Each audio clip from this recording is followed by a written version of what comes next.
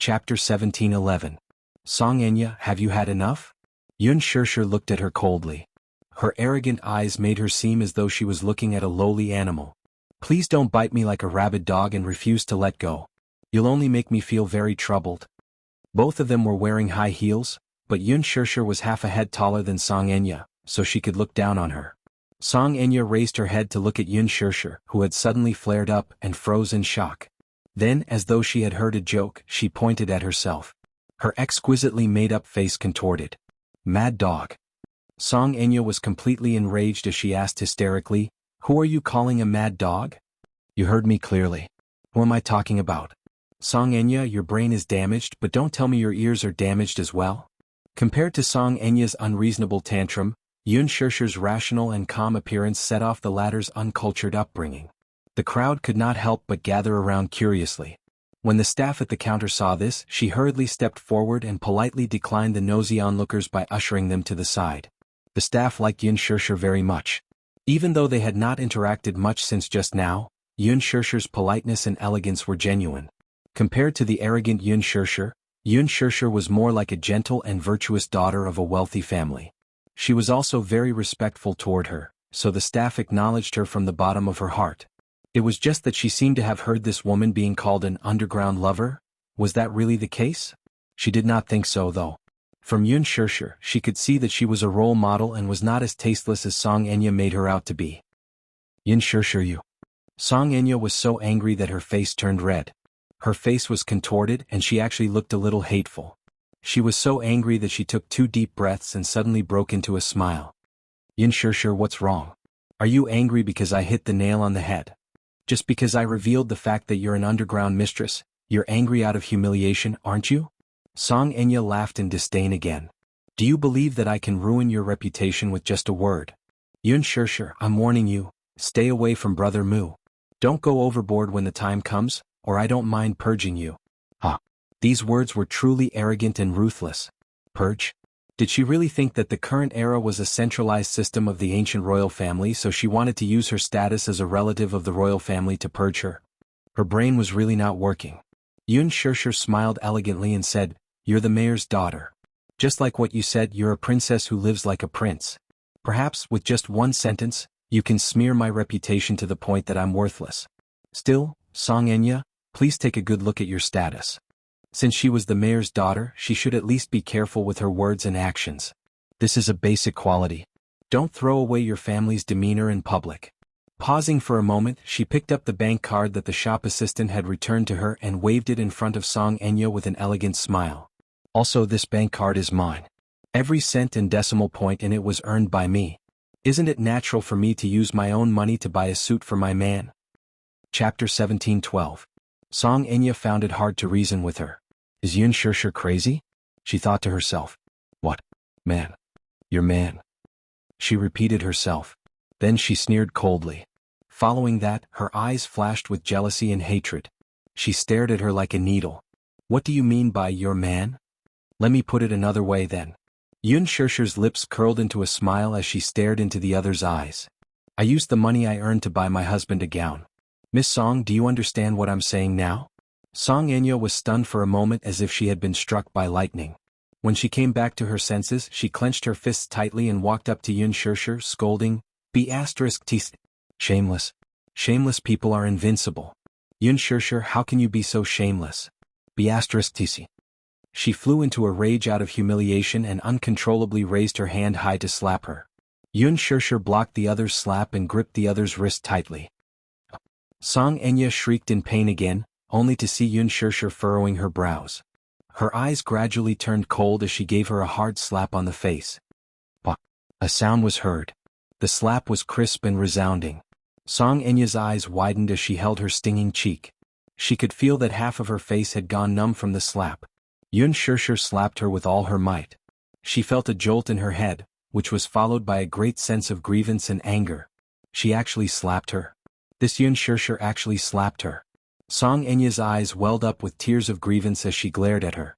Her resentful eyes were like a venomous snake eyeing its prey as they slowly coiled around her neck, revealing its sharp and poisonous fangs. "Yun Shirshir, how dare you hit me? Only you are allowed to hit others, but I'm not allowed to hit you?" Miss Song, you're so arrogant. Yun Shirshir raised her wrist and looked at her watch. Seeing that it was getting late, she didn't want to deal with her anymore, so she turned around and was about to leave. Song Enya, on the other hand, covered her face with her hands as she mockingly shouted from behind, Yun Shirshir, you're really indulging in fantasy. You said that Brother Mu is your husband. Yun Shirshir, it's daytime now. Are you daydreaming? You haven't woken up yet? Yun Shirshir suddenly stopped in her tracks and turned around with a cold expression. She cast a sidelong glance at her and asked indifferently, You're the one who didn't wake up, right? Yun Shirshir, who do you think you are? You're just a canary in a cage. How dare you say that Brother Mu is your husband? He can't be and he won't be in this lifetime. With that, the Missy pointed a finger at the woman, completely disregarding the fact that they were in public and insulting her as if no one was around. This woman is an underground mistress. A homewrecker. You're daydreaming and delusional enough to say that the card in your hand isn't Brother Mu's. You're so shameless that you're pretending to be serious even when you're lying. Do you think I'll believe you? Yun Shirshir was not angry when she heard that. That was because she was not afraid of crooked shadows. The card in her hand was earned by herself. 10 million yuan was not a huge sum, but it was the money she earned from filming and advertising. This was all money she earned through her own efforts. However, as she sized up the Missy's eyes, which were red with jealousy, Yun Shirshir suddenly had an evil thought. Chapter 17:13. Yun Shirshir smiled arrogantly but appeared to be righteous. My husband's bank card is in my custody. What's wrong with that? Besides, isn't it only right for a husband to give his wife the money he earns? What right do you have to be jealous of me? Jealous? Why should I be jealous of you? Yun Shirshir shook her head and sighed. You're still saying that you're not jealous. Your eyes are red. What a joke. Yun Shirshir, let me tell you, Brother Mu will never marry you. Yun Shirshir suddenly interrupted her. Song Enya, we've registered our marriage. Song Enya was stunned when she heard this. Registered our marriage? Yes. You're lying. Why you're lying? Yun Shirshir was not angry. Instead, her lips curled into an elegant smile. What's there to lie about? Song Enya, aren't you very capable? You have plenty of ways to verify whether I'm lying or not, right? With that, she picked up the shopping bag and left without looking back. Song Enya was so shocked that she could not regain her senses. For a moment, she even forgot to chase after her to clarify things. Yun Shirshir's earlier words sounded very serious and did not seem to be a lie. For a moment, she felt guilty instead. She was in disbelief. Impossible? How could Brother Mu marry this woman? Was he serious? When Song Enya thought that Yun Shirshir might be telling the truth and that she and Brother Mu had really registered their marriage, she was so anxious that tears fell from her eyes. Just as Yun Shirshir had said, if Song Enya wanted to verify this matter, she had plenty of ways to do so. When Song Yunshi received Song Enya's anxious call, he rushed home and saw Song Enya curled up in a corner of the sofa with red eyes from crying. Seeing Song Yunshi return, Song Enya threw herself into her husband's arms, feeling aggrieved and agitated. Tears flowed down her cheeks uncontrollably. For a moment, Song Yunshi was at a loss for what to do. He did not know who it was that made his beloved sister suffer such grievances. He hurriedly asked what had happened and who had bullied her. Sobbing, Song Enya recounted the whole story to him. When Song Yunshi heard this, she was both angry and exasperated. Enya, it's not that I want to criticize you, but you're clearly asking for humiliation. Didn't I tell you that it's impossible between you and Uncle Mu? So you should give up. Brother? No, don't be so heartless. She pleaded helplessly, please, can you help me with something? What is it? That B*TCH said that she and Brother Mu have already registered their marriage. Help me check if this is true. Please, please. No. Song Yunshi shook his head and rejected her decisively. If Uncle Mu finds out about this, I'll be in a difficult position. No, he won't. Brother is so powerful, I won't let him know. As Song Enya spoke, she pleaded again and again, please help me. I swear, brother. I swear if Brother Mu really marries this woman, then I'll completely give up on him. These words moved Song Yunshi. He glanced at her doubtfully. Really? Yes. Really? Song Enya solemnly promised. Song Yunshi wavered. Chapter 17:14. If investigating this matter could make this last give up on Mu Yaja, then it might be worth the risk. Hence, Song Yunshi made a call to a close friend and reminded her about this matter. On her end, when she heard that she wanted to investigate Mu Yaja, she panicked. After all, no matter the field, Mu Yaja's name was like thunder to one's ears. Ordinary people would be in awe of him when they heard his name. Song Yunshi explained that she only needed to investigate Mu Yaja's marital status and did not need to do anything else. When she heard that she only needed to investigate his marital status, she nodded in agreement. Not long after, Song Yunshi's phone sent a photo. It was a photo taken with a phone camera. In the photo, there was a system interface showing Mu Yaja's marital status. The information showed that he was married, and his spouse's name was Yun Shirshir. When Song Yunshi saw this, she heaved a sigh of relief and handed the phone to Song Enya. Song Enya took the phone and was stunned for a few seconds. Suddenly, as if half of her energy had left her, she fell onto the sofa in a daze with an expressionless face. Song Yunshi said, "Now you can give up. Uncle Mu is really married." Before she could finish speaking, Song Yunshi saw from the corner of her eye that Song Enya had suddenly pursed her lips tightly. Tears welled up in her eyes as she broke down and cried. "I don't believe it. I really don't believe it. Sob, sob, sob. Impossible. How is this possible? Brother Mu. How can Brother Mu be married? It's a lie, it's all a lie. Sob, sob, sob." Song Enya seemed to have collapsed as she cried helplessly. It was as if the world was collapsing and doomsday was coming. This picture had completely destroyed all of her psychological defenses. She felt as if she had been slapped several times on the face. Yun Shirshir was indeed not lying. They were really married. However, she couldn't figure it out. How could Brother Mu be sincere to her? He was such a cold-hearted person. If she couldn't get it, why should Yun Shirshir get it? Yun Shirshir's words echoed in her ears.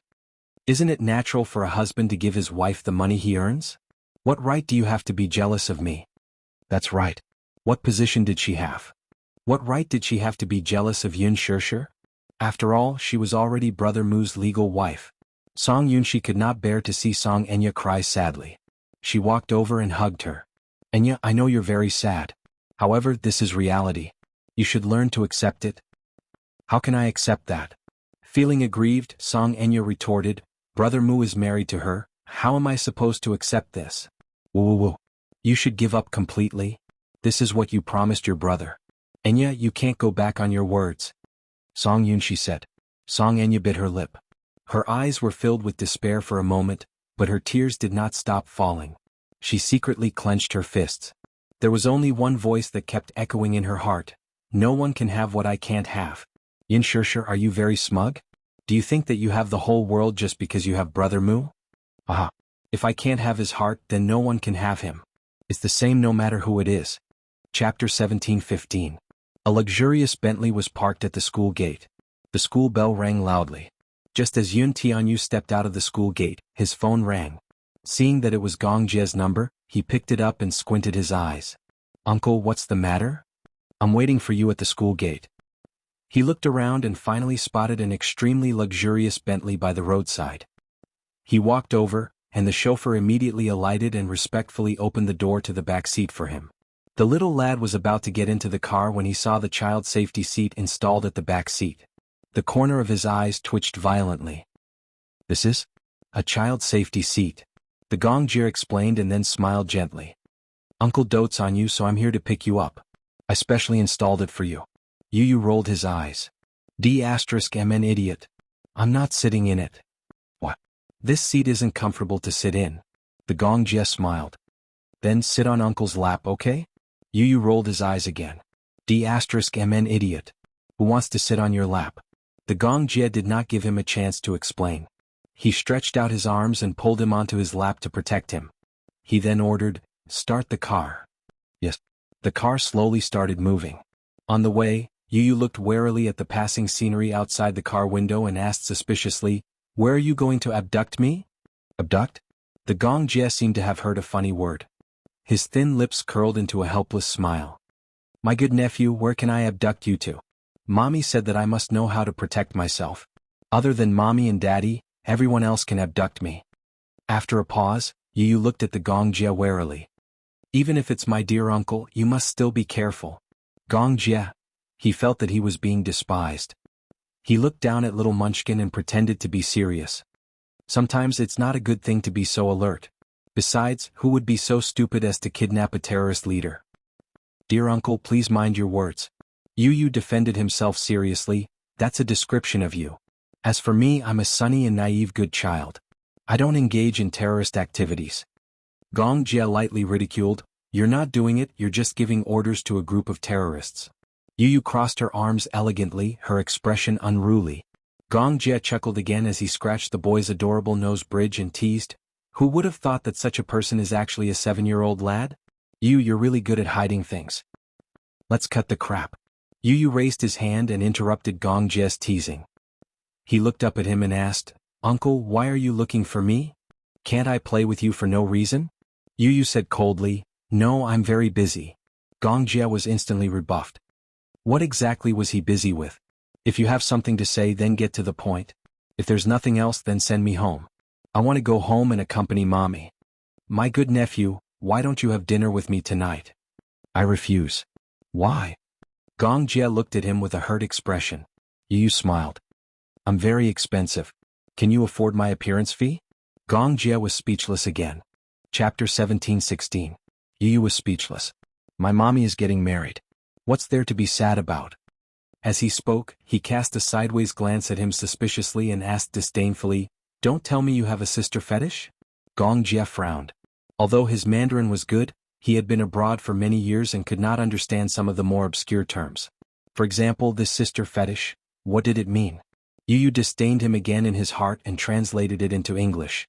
Gong Jie was stunned. Then he thought about it seriously and replied, A little. Yu Yu was even more disdainful now. In my heart, there are 2 women in my heart who are the most important in my life. One is your grandmother and the other is your mommy. Since mommy is the person you love dearly, shouldn't you be happy for her when she finds happiness? Yu Yu said matter-of-factly. Gong Jie was a little disappointed. Will she find happiness? You can't make the decision on this. Similarly, I can't make the decision either. But I think mommy has thought it through carefully before she makes a decision. So, I trust her decision. Yu Yu suddenly sighed and patted Gong Jie's shoulder like an old man. He seemed to empathize with Gong Jie's disappointment. Actually, mommy and daddy are about to get engaged. My feelings are very complicated too. So, I can understand why you feel that way. Gong Jie frowned in confusion. Mixed feelings? Then Gong Jie's lips twitched and he cast a disdainful glance at him. Don't tell me you have an Oedipus fetish? Yu Yu frowned. Mommy is my baby. She is the most precious treasure in the world. In the back seat of the car, a sister fetish and a mommy's boy looked at each other and sighed. They pitifully licked each other's wounds. Yu Yu opened his heart and complained quietly, Mommy and I have depended on each other since I was born. No matter how hard the days are, as long as I can be by mommy's side, I'm not afraid of anything. Gong Jie felt the same way. Ever since I was born, my sister and I depended on each other. No matter how hard the days are, as long as I can be by her side, I have no fear. Yu Yu's eyes suddenly turned fierce. But I didn't expect a man to appear out of nowhere. Gong Jie also shared the same hatred. My sister was snatched away. Yu Yu clenched his fists and said, This man is obviously trying to steal my mommy. I see him as a love rival. Gong Jie said worriedly, But he is the man that my sister loves deeply. Yu Yu muttered sullenly, I still have to call this love rival, Daddy? Gong Jie shook his head. But I don't recognize this brother-in-law. The 2 of them suddenly looked at each other and stared at each other. Suddenly they sighed silently and spoke in unison. Then they hugged each other and licked each other's wounds dejectedly. I feel like I've lost half my soul when mommy got married. I feel like I've fallen out of love too, but no matter what, as long as it's mommy's choice I'll. Yu Yu clenched his fists and gritted his teeth. I'll give her my blessings. However, his eyes were like that of a wounded animal. Gong Jie looked at him. Yu Yu, should I go to your mommy's engagement party? Uncle, forgive me for being blunt. Are you in the late stages of a sister fetish? Yu Yu asked quietly. Chapter 17:17. Yu Yu paused for a moment and said, Mommy would definitely want you to be her witness at such an important moment. Gong Jie narrowed his eyes and seemed to be deep in thought. That night, Yu Yu accompanied Gong Jie to drown his sorrows in alcohol. Gong Jie evoked the sorrow that he had hidden deep in his heart. To be honest, he was happy that his mommy was about to get married, but he still felt a little reluctant to part with her.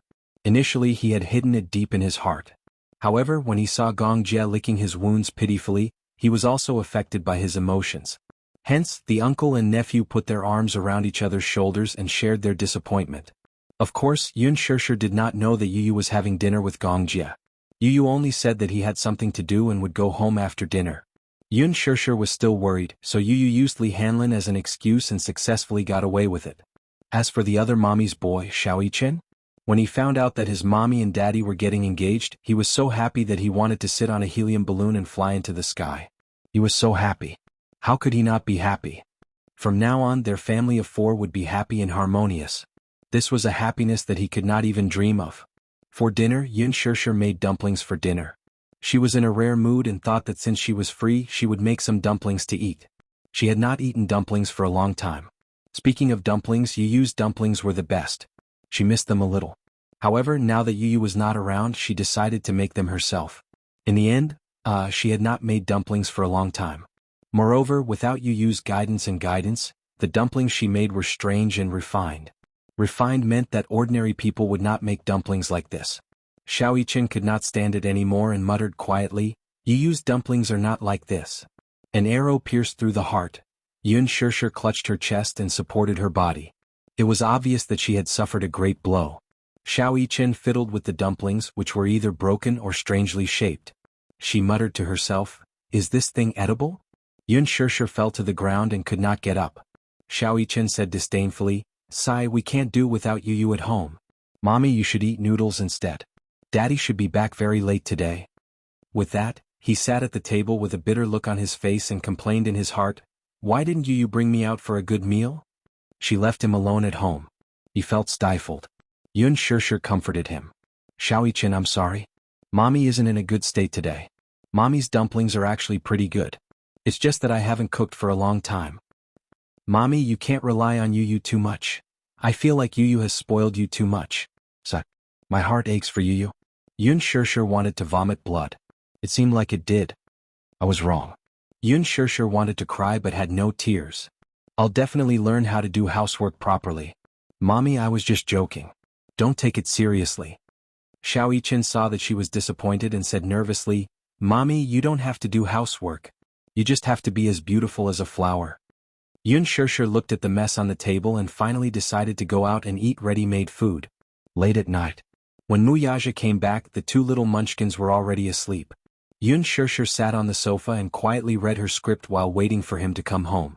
Seeing that he was back, Yun Shishir immediately went up to him and hugged him.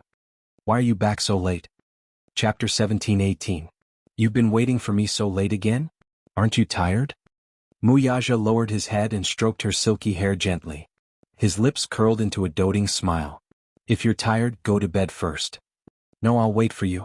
Yun Shishir looked up, tiptoed and pecked him on the lips. She smiled. Anyway, I'm resting tomorrow. So, you're making enemies? Muyaja raised his eyebrows slightly, but his tone was indescribably doting. Yun Shishir smiled and suddenly thought of something. She asked, have you had dinner? No. Muyaja took off his coat and hung it at the entrance. He said indifferently, I had a meeting until very late today, so I didn't have time for dinner. Then I'll make noodles for you. Yun Shishir said considerately. After saying that, she ran to the kitchen. Muyaja stopped her. No. Ha. Yun Shishir turned around and looked at him in confusion. What's wrong? Aren't you hungry? I'm tired of noodles. Muyaja said helplessly. Yun Shishir was deeply hurt. She seemed to be very passionate about making noodles. It was simple, fast and ready. Besides, her most perfect cooking skills could only be reflected in making noodles. Indeed, the noodles she made were remarkable.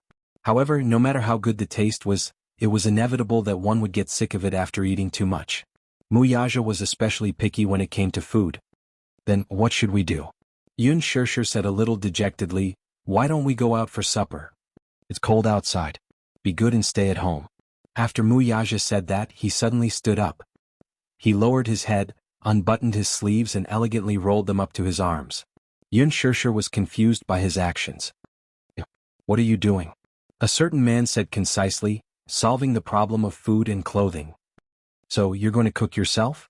Yun Shishir was a little skeptical. Are you sure your cooking skills are okay? Muyaja smiled and walked into the kitchen. He took some ingredients from the fridge and then took out a knife and chopping board. Yun Shishir followed into the kitchen with a look of suspicion. She still felt like she was in a fantasy. It wasn't that she had never seen a man cook. However, in her impression, Muyaja seemed to have no connection with the word cooking. Could it be that he knew how to cook? Why hadn't she seen him show it before? Used to cook a lot? No, occasionally. Wuxia cut the onions into rings and washed the ingredients. In the past he might not be willing to cook by himself, but today he was in a good mood. After a night of meetings, the board of directors finally passed a case with a unanimous vote. This proposal that had been in a deadlock for several days finally came to fruition, so even if he returned late, he was obviously in a good mood. Since he was in a good mood, it was rare for him to want to cook himself. Yun Shishir stood at the side and watched curiously. Although she was still skeptical of this man's cooking skills, she had to admit that his cutting skills were very professional. Could it be that he had practiced before? Or was he just deliberately mystifying things? Yun Shishir stood at the side and watched silently. Why did she feel that a well-dressed man in a clean snow-white shirt and slim-fit trousers standing in the kitchen with a knife in his hand looked out of place no matter how she looked at him? She muttered, "Do you really know how to cook?" Wuxia said, "A little." Chapter 17-19.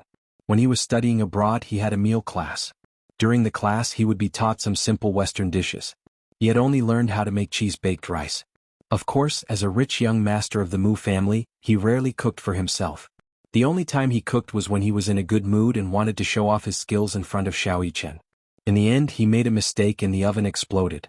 The reason was, he had accidentally dropped his phone in the oven and the consequences were obvious. Therefore Xiao Yichen had a deep impression of that incident.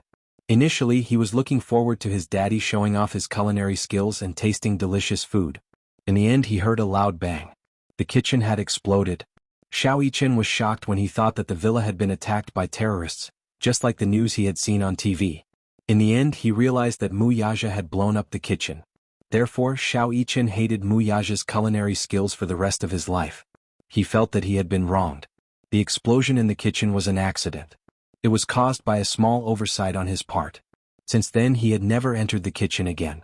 He was treated as a terrorist and was stopped outside the kitchen. Today he was in a good mood and decided to try the cheese-baked rice again. There were ready-made ingredients at home. Although he was very unfamiliar with his culinary skills, he was very meticulous in his cutting.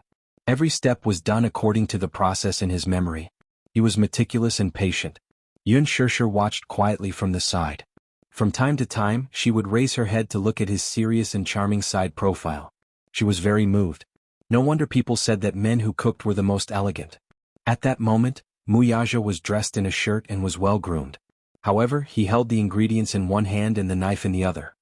He lowered his head and carefully cut the onion rings along the cross-section. His long and thick eyelashes drooped down and covered his eyes, leaving a row of deep shadows. His thin lips were tightly pursed. He seemed to be very careful, afraid that he would miss anything. Yun Shishir suddenly thought of something. She took an apron from the side and put it on for him. Wuxia lowered his head to take a look and frowned slightly. She actually made him wear such a cute apron. The apron was printed with a pink cartoon picture of a cute rabbit with long ears. It looked weird on him no matter how he looked at it. It didn't match his handsome appearance at all. Yun Shishir sized him up and covered her mouth as she snickered. "You did it on purpose." Wuxia raised his eyebrows. He was clearly unhappy with her teasing. However, this displeasure disappeared in the blink of an eye along with the doting smile in his eyes. "It's fun. You look really cute in this dress." Wuxia didn't know whether to laugh or cry. In all his life, no one had ever used the word cute to describe him. "Don't mess around." Yun Shishir pouted and replied with an "oh." Sure enough, she obediently sat at the side and did not say anything more. Still, she could not help but snicker when she sneaked a peek at the apron he was wearing.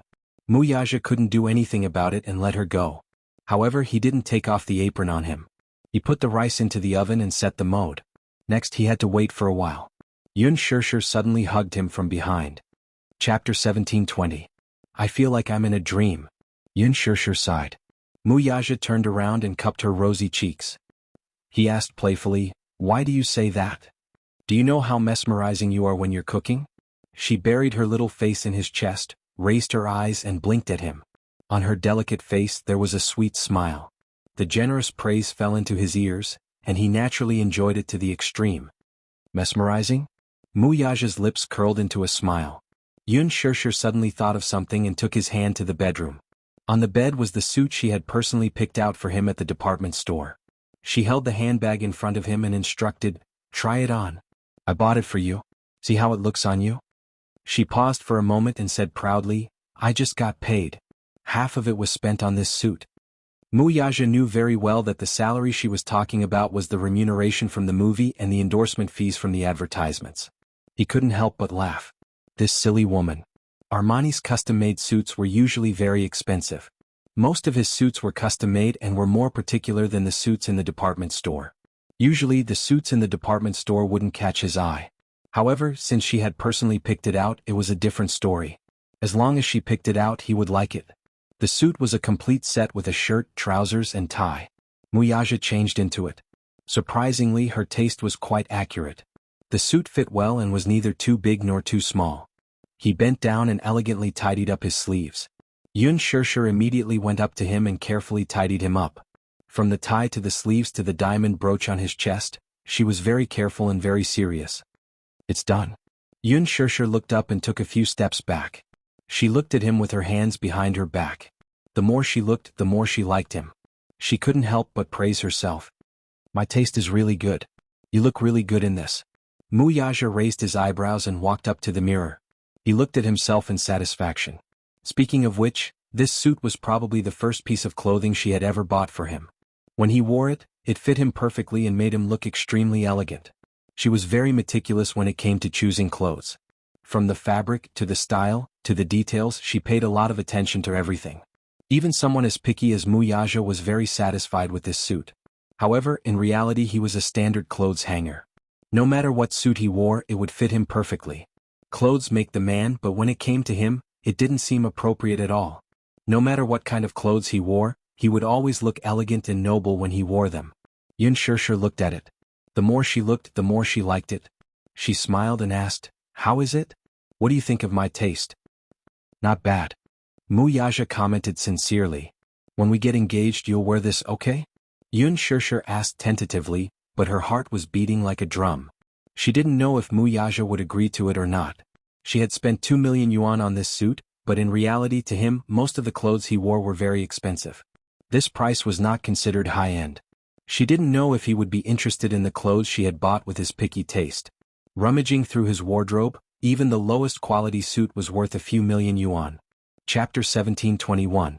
From the bottom of her heart, she really hoped that he would wear the suit that she had personally picked out for their engagement ceremony and appear on such an important occasion.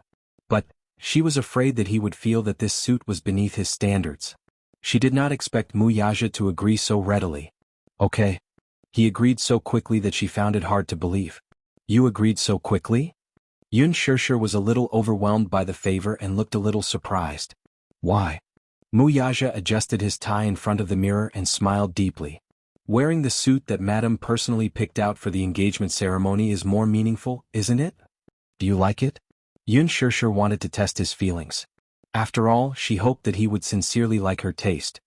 I like it. Really? Yes. I like it very much. Yun Shirshir's eyes lit up instantly.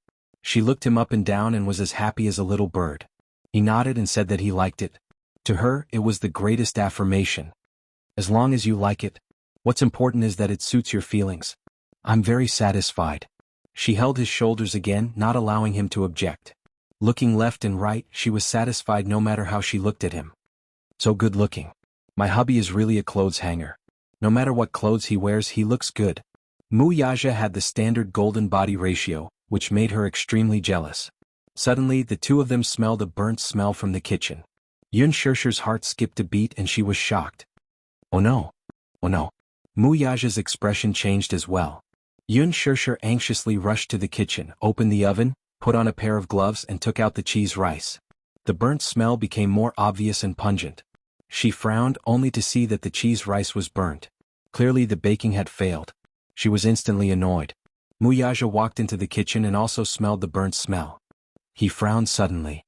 It's burnt? Yun Shirshir held her forehead in frustration and nodded. Wuxia glanced at it. The baking time had exceeded and the rice was already burnt. The two of them looked at each other. A question suddenly popped up in Yun Shirshir's mind. Who did you inherit her cooking genes from? A good cheesy rice was actually burnt by them. It looked like the two of them did not have the talent to cook. You must have gone through a genetic mutation. What should we do?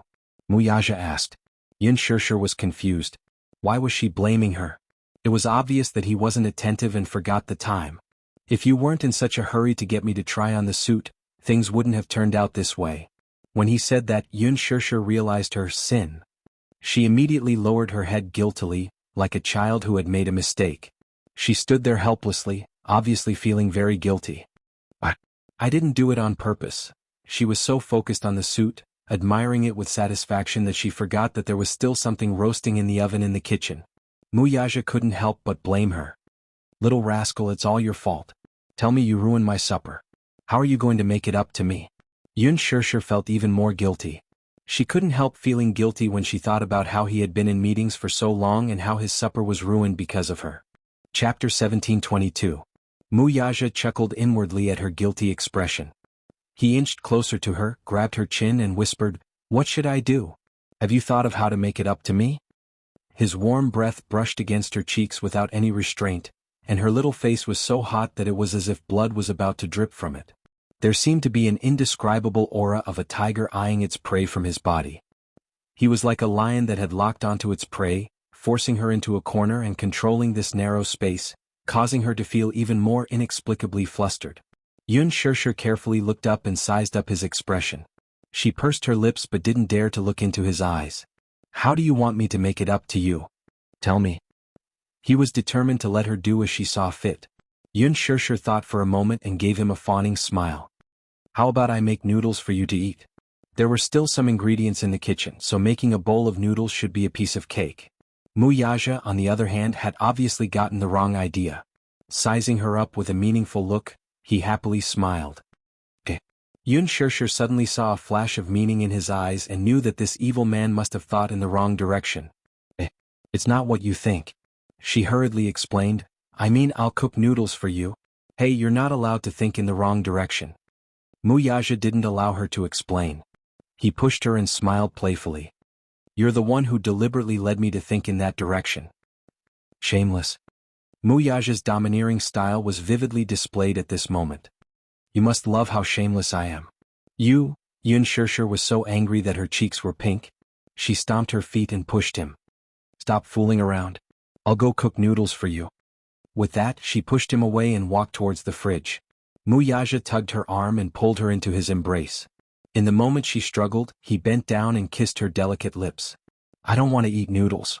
I want to eat you." He pressed his lips against hers and breathed out a sentence. What followed was an endless kiss. Soft and charming, he was extremely infatuated with her sweet scent. He kissed her deeply and couldn't bear to let go of her for a long time. The interaction between their lips and teeth outlined the primitive impulse hidden deep in their hearts. Yun Shusher tried her best to suppress the rising desire in her heart. After struggling for a while, under his continuous attacks, she hurriedly retracted her drifting thoughts. "Don't, okay." He easily interrupted her and corrected her. Yun Shusher, on the other hand, did not know whether to laugh or cry. "Stop fooling around. You didn't eat dinner?" "It's not important," interrupted the man, not allowing her to object. "What if the stomach disease acts up again? It's not important." "Muyaja, if your stomach acts up, it'll be very uncomfortable." "It's not important." Muyaja held her face intimately and kissed her lips again and again. He looked at her affectionately. "The most important thing now is you." With that, he carried her bridal style into the bedroom and closed the door. A minute later, Yu tiptoed out of the room and glanced disdainfully at the master bedroom, muttering inwardly, "Dirty, dirty, dirty, dirty, dirty. Shame on you. Daddy is getting dirtier." He couldn't listen to it anymore. Chapter 1723. He woke up in the middle of the night and wanted to go to the bathroom. Just as he opened the door, he saw the two entwined figures in the kitchen, so he tactfully closed the door. It was only when Muyaja carried Yun Shusher into the bedroom that he came out and went to the kitchen. Looking at the mess in the kitchen, he sighed and quietly cleaned it up. Seriously? She was already a grown-up, yet she was still so troublesome. She made a mess in the kitchen and he had to clean up the mess. He really could not do anything about them. Despite his disdain, Yu still cleaned up the kitchen. In the end, he resisted the urge to eavesdrop. He came out of the bathroom, went to the bedroom and went to bed. However, on this night, a certain woman was tormented miserably. A certain energetic man was not willing to stop until the wee hours of the morning. She was so tormented that her toes were trembling when she got out of bed. In the end, she was still shamefully dependent on him. he carried her to the bathroom and cleaned her up. She still had to film a scene tomorrow, so she begged him not to leave too many marks on her body. Although the man restrained himself a little, he still left some ambiguous kiss marks on her body. Yun Shirshir was extremely vexed. She only felt that tomorrow she would have to sneak into the room with the props and costumes just like before. Ever since that day when Mu Yaja brought Yu back to the Mu family and officially announced his identity, the Mu family was in an uproar. There was a lot of discussion about Mu Yaja's actions, especially after he announced that Yun Tianyu would be the future successor of the Mu group and that he would focus on grooming him.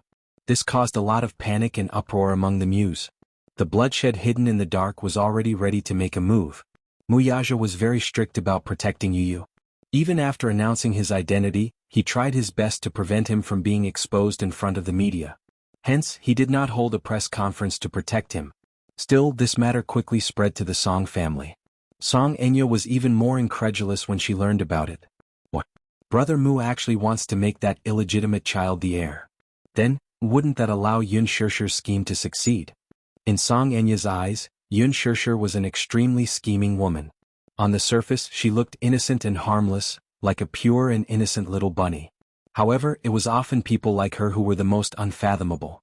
She had used the opportunity of surrogacy to give birth to 2 children. She had secretly kept one of the children by her side and nurtured it. Now that the child had been recognized by the Mu family and had been made the heir, it was only a matter of time before she was recognized by the Mu family. Wasn't this exactly what Yun Shirshir wanted? Wasn't all of her painstaking planning for this day? Just like the royal family in ancient times, if her son was made the heir, then wouldn't she be able to fly up the tree and become a phoenix? Oh my god. What a flawless plan. This Yun Shirshir's methods were really impressive. Half of her ambition had already been realized. She and Brother Mu had registered their marriage, and she was only a step away from entering the Mu family. Song Enya was even more anxious and could no longer hold herself back. Chapter 1724. Mingyu, on the other hand, stood at the side in trepidation. Song Enya had barged into the CEO's office without any explanation. Due to her status, he could not be too harsh on her, but he did not expect that she would refuse to leave after staying in the office for so long. Song Enya, who was sitting on the sofa in a daze, stood up excitedly the moment she saw Mu Yaja return and called out, "Brother Mu."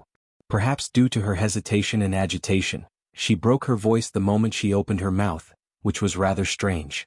Her lack of restraint caused Mingyu to silently criticize her. She's the mayor's daughter after all.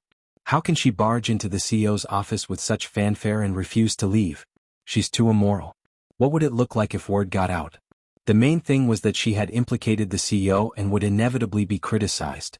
When Mu Yaja saw her, he frowned and walked straight to his desk. After putting down the documents, he sat down and asked coldly, "Why are you looking for me?" "I called you, why didn't you pick up?" "I was in a meeting." "Have you been in a meeting all day?" she asked with some dissatisfaction. Her tone was like that of a wife who was questioning her husband for not picking up her calls. It would be normal for her to ask such a question to Yun Shirshir, but it was inappropriate for her to ask such a question given her status. Song Enya, however, did not notice it at all. Mu Yaja looked up at her with some dissatisfaction but did not say anything in the end. "Yes. Are you that busy?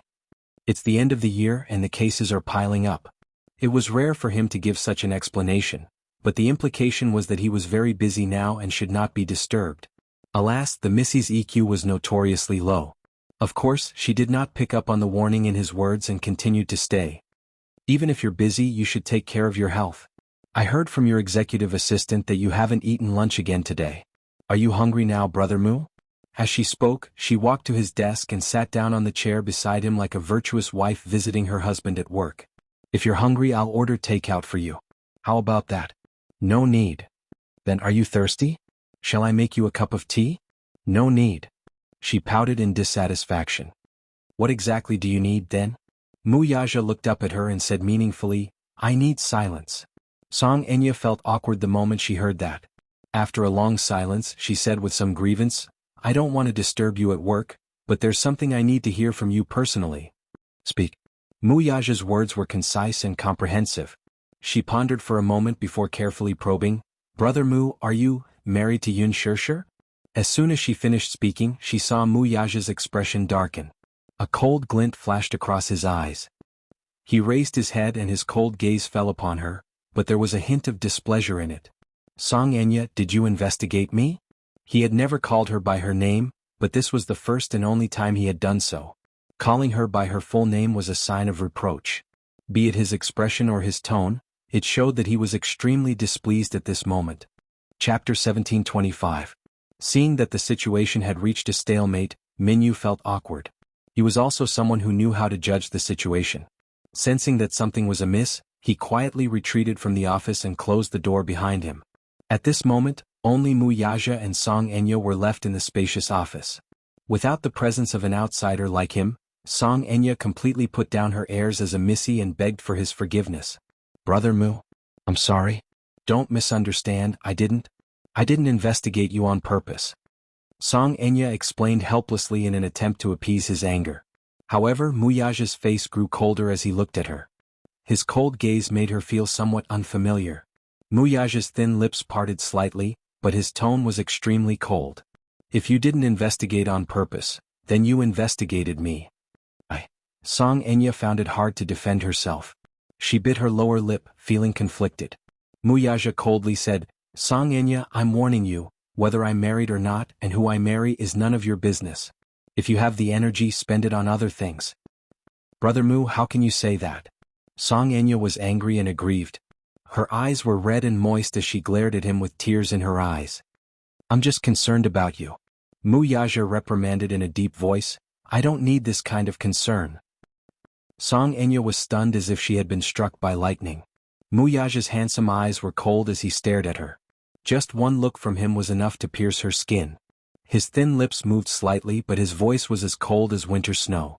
It could freeze one's blood in an instant. Have I been too doting on you all this time? Is that why you're so arrogant that you don't care about propriety when you do things?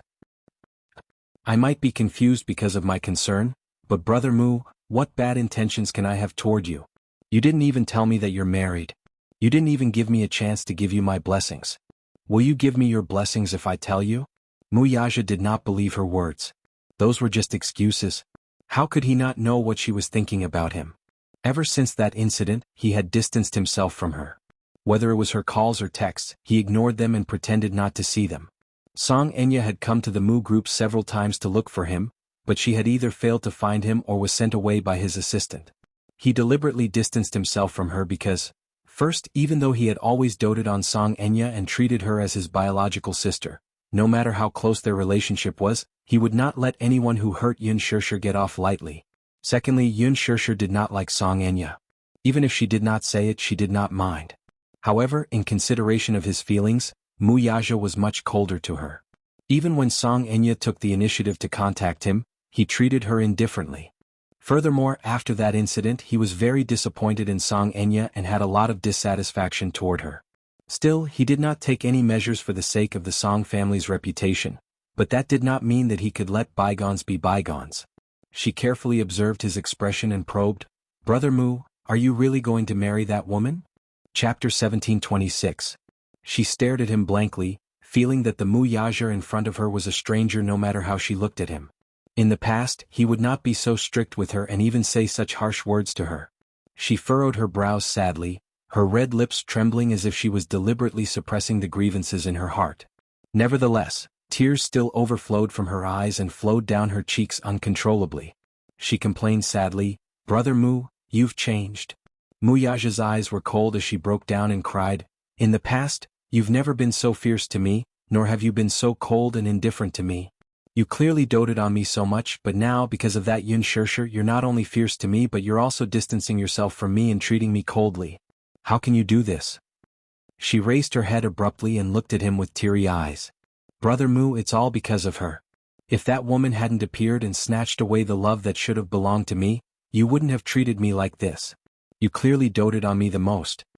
But now it was as if he had been bewitched by that Yun Shishir. He ignored her and even treated her so coldly. It was so unfair. Mu Yaja frowned slightly. Yun Shishir snatched away the love that should have belonged to her? Mu Yaja sneered at her words. Who did she think she was? Yun Shishir was his legal wife, so it was his duty to dote on her, love her, dote on her, and be considerate of her. It was also his responsibility as a man. Moreover, he was happy to dote on his wife, and protect her in the palm of his hand. As for her, To him she was nothing. What did she mean by Yun Shirshir snatching away the love that should have belonged to her? It was ridiculous. He did not know why she would have such a ridiculous idea. Song Enya, it's time for you to stop being so self-righteous. Mu Yaja paused for a moment before continuing. Also, don't come to the office to look for me in the future. If my wife finds out, she'll be unhappy. The unspoken doting was reflected in his tone and expression. At the mention of Yun Shirshir, he addressed her intimately as Madam. The adoration in his eyes was unprecedented, making Song Enya extremely jealous. Madam? He actually addressed Yun Shirshir in such an intimate manner. How could he? Song Enya was so jealous that her teeth were about to shatter from gritting them, but in front of Mu Yaja, she had no choice but to force a smile. Brother Mu? Some women aren't like what you see. Maybe on the surface she looks innocent and harmless, but in reality she's very shrewd. Do you think she truly loves you? After a pause, she continued as if she did not notice Mu Yaja's darkening face. You're the head of the Mu family and the CEO of Dishing Financial Group. Do you really think she's with you just because she wants to be with you? I've long suspected that her motives were impure. Now there's news from the Muse that you've announced that Yun Tianyu will be the successor of the Mu Group. Isn't this exactly what she wants? She's been scheming for 7 years. Isn't it all for this moment? Could it be that you really can't tell that all of this is because of her ambition? Brother Mu, wake up. Don't be blinded by this woman. Shut up. Chapter 1727. Brother Mu, how dare you ask me to get lost? Song Enya asked in a daze, her eyes widening in disbelief. She did not expect that Mu Yaja would say such cruel words to her for Yun Shirshir. Shut up and get lost. He actually asked her to get lost. Why? She was reminding him out of goodwill. After all, in a circle like the entertainment industry, materialistic and extravagant, women from the entertainment industry were more or less shrewd. What about him? He did not listen to her advice and instead asked her to get lost. Song Enya was aggrieved and heartbroken. Even though she bit her lower lip hard, bean-sized tears still flowed uncontrollably from her eyes. Mu Yaja, on the other hand, was disgusted by her pitiful appearance. In the past he might have felt some pity for her, but now he felt extremely disgusted by her. Get lost, I don't want to see you. Brother Mu. Song Enya was aggrieved and embarrassed. She stared at him with tears in her eyes, her face full of uneasiness. Only women understand women the best. The Yun Shirshir you see, the innocent and beautiful woman you see, is just an illusion. She's an actress and her acting skills are so good. Everything she shows in front of you is just an act. How can there be such a naive woman? She's just putting on an act. She's obviously using someone else's womb to give birth and hiding the child by her side in a dignified manner. She's scheming so that she can rely on her child's status in the future. Crash. Mu Yaja finally lost his patience. He grabbed the teacup beside him, raised his wrist and splashed the tea in the cup on Song Enya's face. Mingyu had brewed and cooled the tea for him before he had a meeting. The tea was still warm. It splashed all over her exquisitely made-up face. The steep tea leaves stained her face, eyelashes and lips, making her look extremely pathetic. Song Enya was stunned for a moment. The moment she was splashed with tea, her mind went blank and stopped working. However, when she came back to her senses, a huge sense of grievance washed over her, as if it was the end of the world. Great grief welled up in her heart. The corners of her lips twitched a few times, and her chest heaved up and down with sorrow. Tears gushed out uncontrollably. She was hurt by the person she loved the most and was even mercilessly humiliated. How exactly did she feel? At that moment, Song Enya even had the urge to die. In her heart, Mu Yaja was a godlike existence, whom she had always respected and admired, but reality gave her a hard slap. Brother Mu. How dare he humiliate her like this? However, the Missy's first reaction was not to feel humiliated but to feel uneasy and fearful. Did he hate her? No, she couldn't hate him. Song Enya looked at him with teary eyes, seemingly wanting to say something. Loving someone who did not love him, loves am. However, the saddest thing was that the man she loved would never turn around to look at her even though she was already in the dust. She did not beg him to like her though. She was willing to silently protect him for the rest of her life, even if she did not have a status. She would rather Mu Yaja's fiancé be Mu Wanru. At least, Mu Wanru and him would be husband and wife without any status. At least, he did not have any woman in his heart. Chapter 1728. To put it bluntly, no one else could have what she could not have either. Song Enya bit her lower lip tightly as the tea on her face slid down the wrinkles on her skin. More than half of her meticulously applied makeup was ruined by the impact of the tea. She lowered her head, her face ashen and filled with despair and grievance. She did not want him to see her in such a sorry state, so she said with a dead heart, "Brother Mu, it seems that I've disturbed you. I'll leave first. I'll look for you next time." With that, she stood up, pushed the chair away and turned to retreat toward the door. Mu Yaja, however, said coldly behind her, "My wife doesn't like you, so don't come looking for me in the future." Song Enya's heart trembled when she heard that. She turned around abruptly and stared at him for a long time. Her face was pale, but the corners of her lips curled up as tears gushed out uncontrollably. "Brother Mu, don't be angry with me.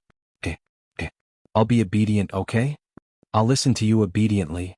I won't come looking for you until you've cooled down, okay? I beg you, don't abandon me." If he really hated her from now on, it would be like the end of the world for her. Song Enya cried helplessly like a child. If it were in the past, Muyaja's heart would probably soften because of this. However, looking at her now, more than half of her exquisite makeup was ruined, revealing her original bare face. On the surface, she looked innocent and harmless. When he thought of the things she had done behind his back and hurt Yin Shirshir, he could no longer feel heartache for her. Perhaps, when there was someone important enough in his heart, others would seem unimportant. He did not care what this woman, whom he had doted on since they were young, would think of him because of his outburst this time. He did not value her. As long as his woman did not like someone, he would not come into contact with them. Muyaja ignored her. He lowered his head coldly and made a call to Minyu to clean up the mess in his office. Minyu had just pushed open the office door when he was startled to see Song Enya's ghastly pale face. He patted his chest, obviously frightened, but he couldn't show it on his face. To be honest, Song Enya's current state was rather pitiful. Her originally pretty face and exquisite makeup had been splashed all over with tea leaves on her face, making her look extremely miserable. What was more disgusting was, it turned out that Song Enya's beautiful looks were all done with makeup. Half of her face had taken off her makeup, and she no longer had any spiritual energy. She looked plain and ordinary. It seemed that the so-called beauties were just packaged at a later stage. The so-called socialites of the capital, the daughter of the mayor, were just ordinary people. "Clean up the table," Muyaja ordered. After that, he stood up, picked up the document and walked to the door. Minyu stood to the side obediently and made way for him. When they reached the door, the Missy's lips trembled slightly as she tentatively reached out to grab his sleeve.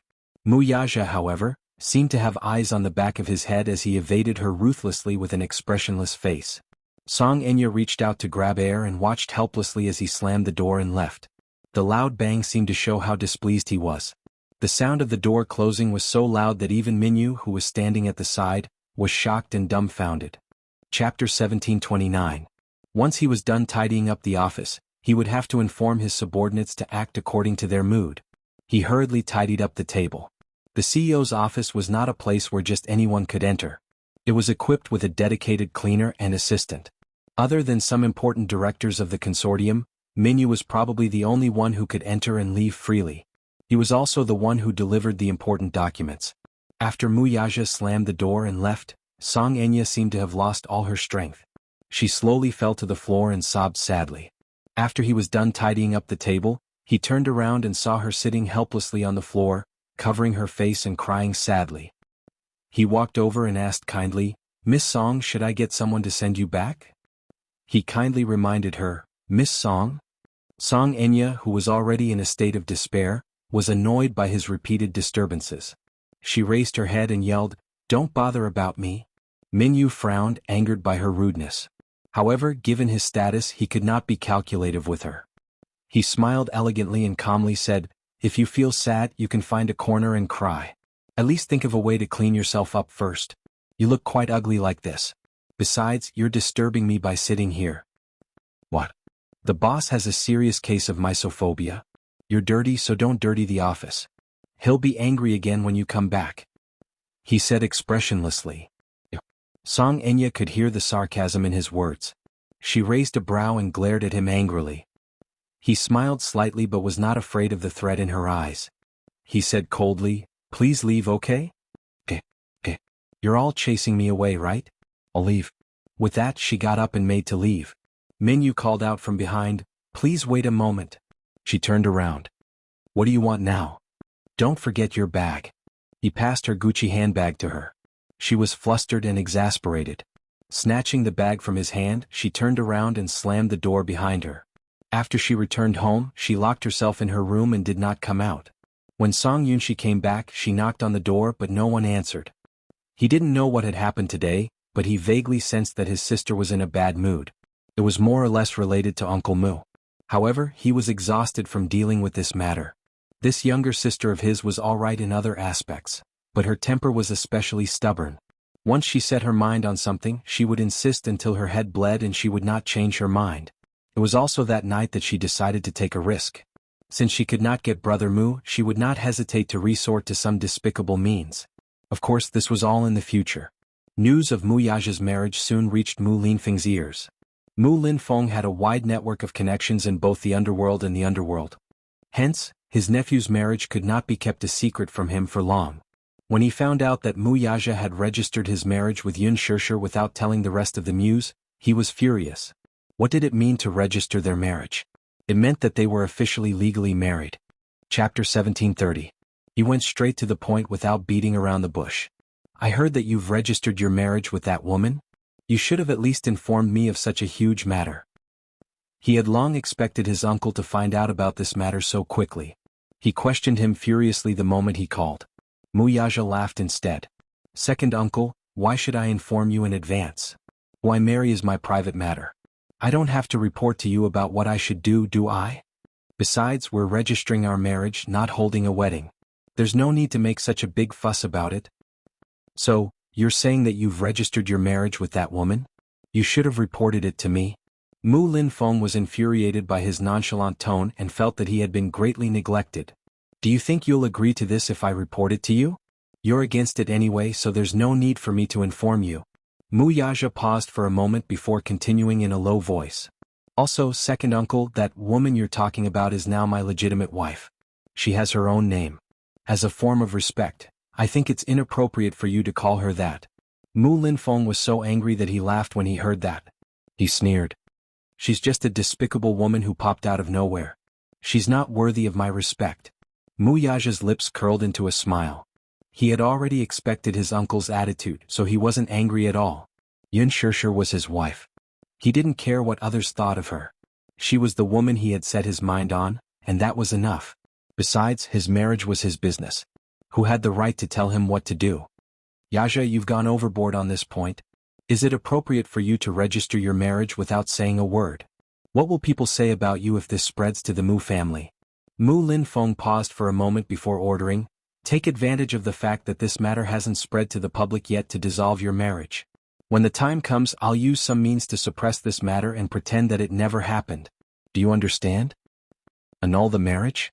Mu Yaja suddenly laughed, but his voice was cold. Second uncle, when have I ever gone back on my words? Since I'm married to her, there's no such thing as divorce. Don't mention this matter again. I've made up my mind. Mu Yaja sat down on the sofa with his legs crossed elegantly. He held his cell phone in his hand, but he appeared nonchalant and relaxed.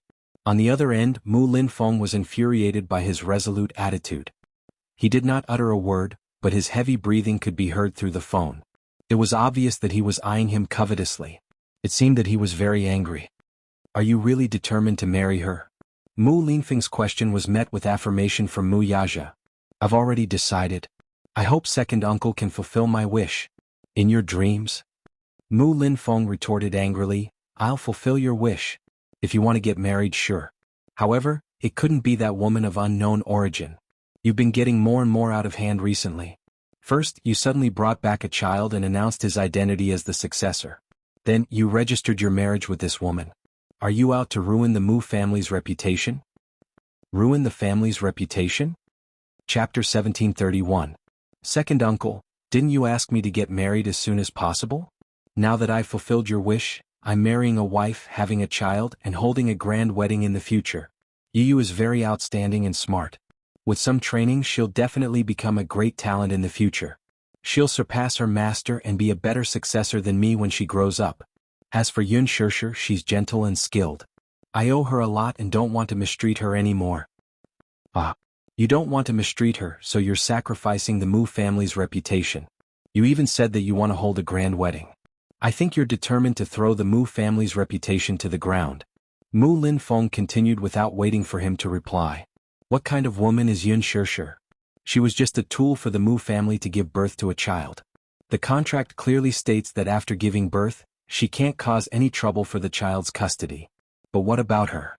Not only did she hide the child by her side, but she even tried to use him to elevate her status. Is that even possible? What will others think of the Mu family if this gets out? The Mu family's reputation can't be ruined in this woman's hands. If the public finds out that the young madam of the Mu family was just a surrogate mother back then? Mu Yaja did not say a word. Clearly he did not agree with his words. Mu Linfeng restrained his anger and tried to persuade him. If you really want to get married, I'm naturally happy to see it happen. You're not young anymore. If you want to get married, find a woman of equal status. Not only can you give the Mu family an explanation, but you'll also have a strong wife who can help you in your career. When the time comes, you'll have stabilized your foundation and no one will be able to shake you. Isn't that the best of both worlds? But what about you? You stubbornly married a commoner with no background, and this woman even gave birth to a child. Wouldn't it be bad if word got out that she had a child out of wedlock? Even if she had a child out of wedlock, he's still my son. Mu Linfeng was exasperated. But the public doesn't care about this. They all thought that Mu Yichen was Mu Wanru's son. Now, although the outside world knows that you and Mu Wanru have broken off the engagement, they still don't know who Mu Yichen's biological mother is. If this news gets out and the outside world learns that the Mu family used surrogacy, it will definitely affect the Mu family's reputation. I don't care. I've made up my mind. Anyway, I can't annul our marriage. No matter what second uncle says, it's useless. Mu Yaja's attitude was very firm, leaving no room for negotiation. Mu Linfeng flew into a rage out of humiliation. He was speechless for a moment before he suddenly took half a step back. It's fine if you insist on not canceling the engagement. If Yun Shirshir wants to enter the Mu family, she can. Second uncle will give you half a step, but you want to have a grand wedding? That's impossible. What do you mean? She's married but she can't say anything. Since you want to marry her, then there's no problem with her being your concubine. However, you mustn't spread the news of your marriage. She's your legal wife, but in name she can only be considered as a concubine at most. This is second uncle's biggest concession. Concubine? Mu Yaja frowned when he heard this. However, he was not surprised by Mu Linfeng's suggestion. It was just like his style. In the wealthy, a concubine represented a concubine. In ancient times, she was just a concubine and could not be brought up in public. Chapter 1732. In a wealthy family like the Mu family, Mu Sheng could only marry a few concubines. Without a grand wedding, a concubine's status was so low that she could not even enter the family tree. If she worked hard enough and gave birth to outstanding children, she could enter the family tree. However, as a concubine, she could not see the light of day or let the outside world know about it. Mu Lianjue's mother was one of them. In other words, if Yun Shirshir were to become a concubine, she would have no status in the Mu family. In Mu Linfeng's heart, giving her the position of a concubine was already a favor for her. For a commoner with no background and no powerful maternal family to be able to marry into the Mu family, it was already considered a blessing from her ancestors. Moreover, it was not as if he did not know what kind of person Yun Shirshir's biological mother was. She was just a lowly singer from a nightclub in the capital. Only Mu Sheng, that old thing, would treat her like a treasure. Even if her biological mother's identity was concealed, Yun Shirshir's adoptive parents would still be known by the public. By then, the Mu family's reputation would be greatly tarnished. The story of a commoner and a noble prince would probably only appear in fairy tales. Reality was so cruel. He could not be blamed for being snobbish. A woman like Yun Shirshir could not enter the Mu family. However, since he insisted on marrying her, if Mu Yaja insisted on being stubborn, who knew what earth-shattering actions he would take? If he were to create some outrageous news, he would be too ashamed to face others. Since that was the case, why not take a step back? His original intention was to let Yun Shirshir enter the family as a concubine and let Mu Yaja marry a woman from a powerful maternal family. It did not matter if they had feelings for each other or not. As for her family background, he was not that strict. After all, in such a big city like the capital, there were only a handful of people who were qualified to be chosen from among the tens of thousands who were on the same level as the Mu family. As long as she had a comparable background, had a decent family background, and had a gentle and outstanding personality, she would be qualified to be the Mu family's young mistress. This way he could make appropriate concessions for Yun Shishir's entry into the family. Even a ghost would know what Mu Linfeng was scheming at the moment from his cold words. Mu Yaja frowned but suddenly let out a cold laugh. Second uncle, what era is it now? You're still talking about concubines and whatnot? Forget it. If I marry her, she'll be the young mistress. There are no other options. You. Mu Linfeng was at a loss for words. You brat, why are you so stubborn? You're the stubborn one, aren't you? Haven't I already told you that I, Mu Yaja, have never been so incompetent that I need to rely on a woman to establish my position? I'm not that kind of mediocre person. Second uncle, don't think of me as someone who has to marry a woman with a good family background in order to stabilize his foundation. There's no need for that. Mu Yaja laughed coldly, his tone somewhat arrogant. He had the right to say this. Of course, Mu Linfeng's support was indispensable for him to be able to sit in this position. However, how could a man without any ability stand out in such a treacherous and sinister family? Chapter 1733. He was extremely confident and conceited. One could even say that he was proud of himself. He believed in his own abilities and didn't need to use marriage to secure his position. He despised such methods the most. Mu Linfeng was about to go mad with anger. This rascal was the worst at this. You insist on doing this. Can't you listen to my advice? Marriage is a matter of parents' orders and matchmakers' words. How can you treat it as child's play? Your parents aren't around now, and as your elder, I'm giving you some advice. How can you not listen? Second uncle, you should know who's the head of the Mu family now. Mu Yaja reminded him coldly. Mu Linfeng choked on his words. Since I'm the person with the highest authority in the Mu family, do I need others to decide my marriage and who I marry? Your era is over. It's my era now. You have no right to interfere with what I want to do. After a pause he said, that's enough. It's useless to say more. You don't have to say too much either, lest you hurt our relationship. His words were mocking and didn't give him any face. He didn't want to argue with this stubborn old man either. Mu Linfeng was so angry that he was about to have a stroke. He panted heavily on the other end as if he was about to pass out. After a long silence he said angrily, fine. You're stubborn. You're the most stubborn. If you don't like my idea, it's obvious that you don't care about me. You're the head of the family, so you have the most seniority, right? I think you're really arrogant now that you're the head of the family. So much so that you don't care about me now. You really don't know what's good for you. If you're so capable, you can get married. If you want to hold a wedding, don't use the Mu family's capital. You can't touch a single cent of the company's accounts either. Let's see what you're capable of after leaving the Mu family. With that, Mu Linfeng hung up angrily. Mu Yaja tossed his phone aside, clearly indifferent. At night, Mu Yaja made an appointment with Lu Jinyu. Rather than calling it an appointment, it was more like a summon. The meeting was at a private clubhouse. When Lu Jinyu arrived, Mu Yaja was in the billiard room and had just scored a shot. When he saw Lu Jinyu, he put down his cue stick and looked up. You're here. Boss's summons, I can't be late even if I'm in a hurry. Lu Jinyu took off his jacket and the waiter brought him some drinks. He casually picked up a glass of red wine and took a sip before smiling comfortably.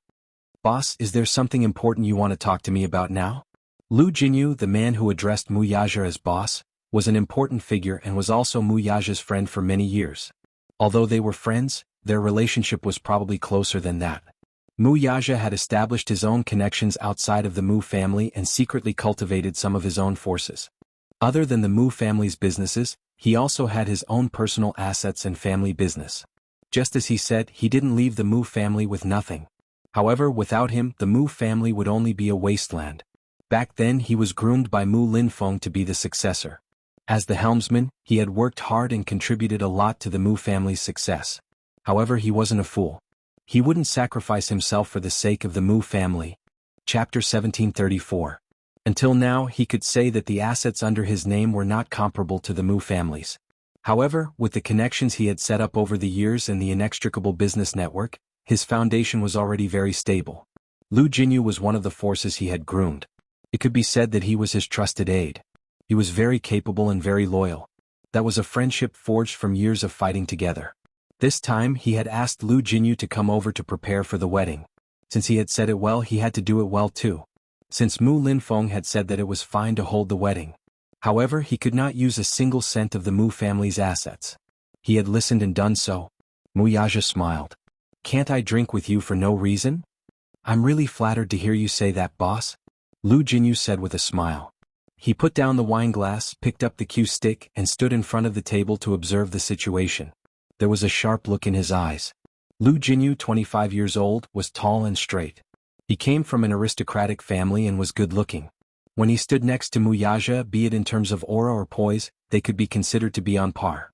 Although he was young, he looked gentle and refined. When he smiled, it was as if he was bathing in the spring breeze. He looked like a modest gentleman. However, in reality his methods were very ruthless. He was the classic character of a smiling tiger. He was absolutely reliable and never failed to get things done. Muyaja sat on the sofa and looked at Lu Jinyu, who was standing by the table. He crouched down and played a ball. Suddenly he said in a deep voice, "I'm getting married." Cough. When Lu Jinyu heard that, the cue stick tilted, and the ball suddenly deviated from its course and hit the edge of the table. He turned around in surprise, clearly feeling that this news was too sudden. "Boss, I'm not prepared for this at all." "You're getting married?" "Yes."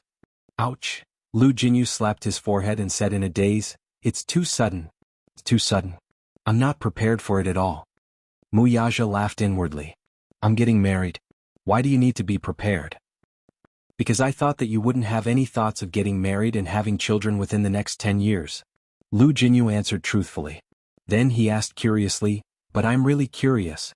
He wondered which girl was so capable that she was able to capture the heart of an ice block like his boss. "I really admire you, really admire you." In Lu Jinyu's eyes, Muyaja was a typical abstinent man. He had never seen any woman by Muyaja's side since they met. There were many who flocked to him like a flock of ducks, but none of them caught his eye. He was an ambitious person, and all his heart was placed on expanding his business. He had once silently wondered if there was such a problem with his boss's sexual orientation. He was even a little worried about his own safety. "But boss, now that you have a woman, I'm relieved." Lu Jinyu breathed a sigh of relief. Muyaja frowned. "What do you mean?" "Nothing." Lu Jinyu hurriedly denied it. He could not let him know that he had once doubted his sexual orientation. Otherwise, what a tragic end. "Boss, which girl is she? Why don't you introduce her to me another day?" Muyaja snorted. "There's no need for that." Chapter 1735. His heart was a little hurt. "Boss, you're being too petty with your words. As your brother, I'd like to meet my sister-in-law. At the same time, I'd like to see what a magnanimous lady she is to be able to subdue an ice block like you. You'll have plenty of opportunities when the time comes. You'll be able to see her at the engagement ceremony very soon." At the mention of Yun Shirshir, Muyaja's lips could not help but curl into a gentle smile. It was a casual and gentle smile that had never been seen before. Seeing this, Lu Jinyu thought to himself, "I didn't expect boss to fall in love one day." As a single dog, he could smell the sour stench of love. He felt like he had been cruelly abused. "I've specially asked you to come over for the wedding ceremony to discuss the process.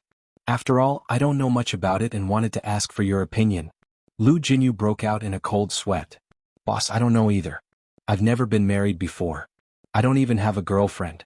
After a pause, he suddenly said in a low voice, "It's a wedding.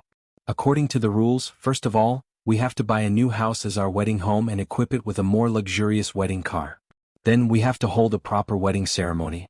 That's all there is to a wedding. I didn't ask for your opinion in this regard." Muyaja was speechless. Lu Jinyu was confused and lost. "Then, I want to make the wedding more presentable." Lu Jinyu naturally agreed with this point.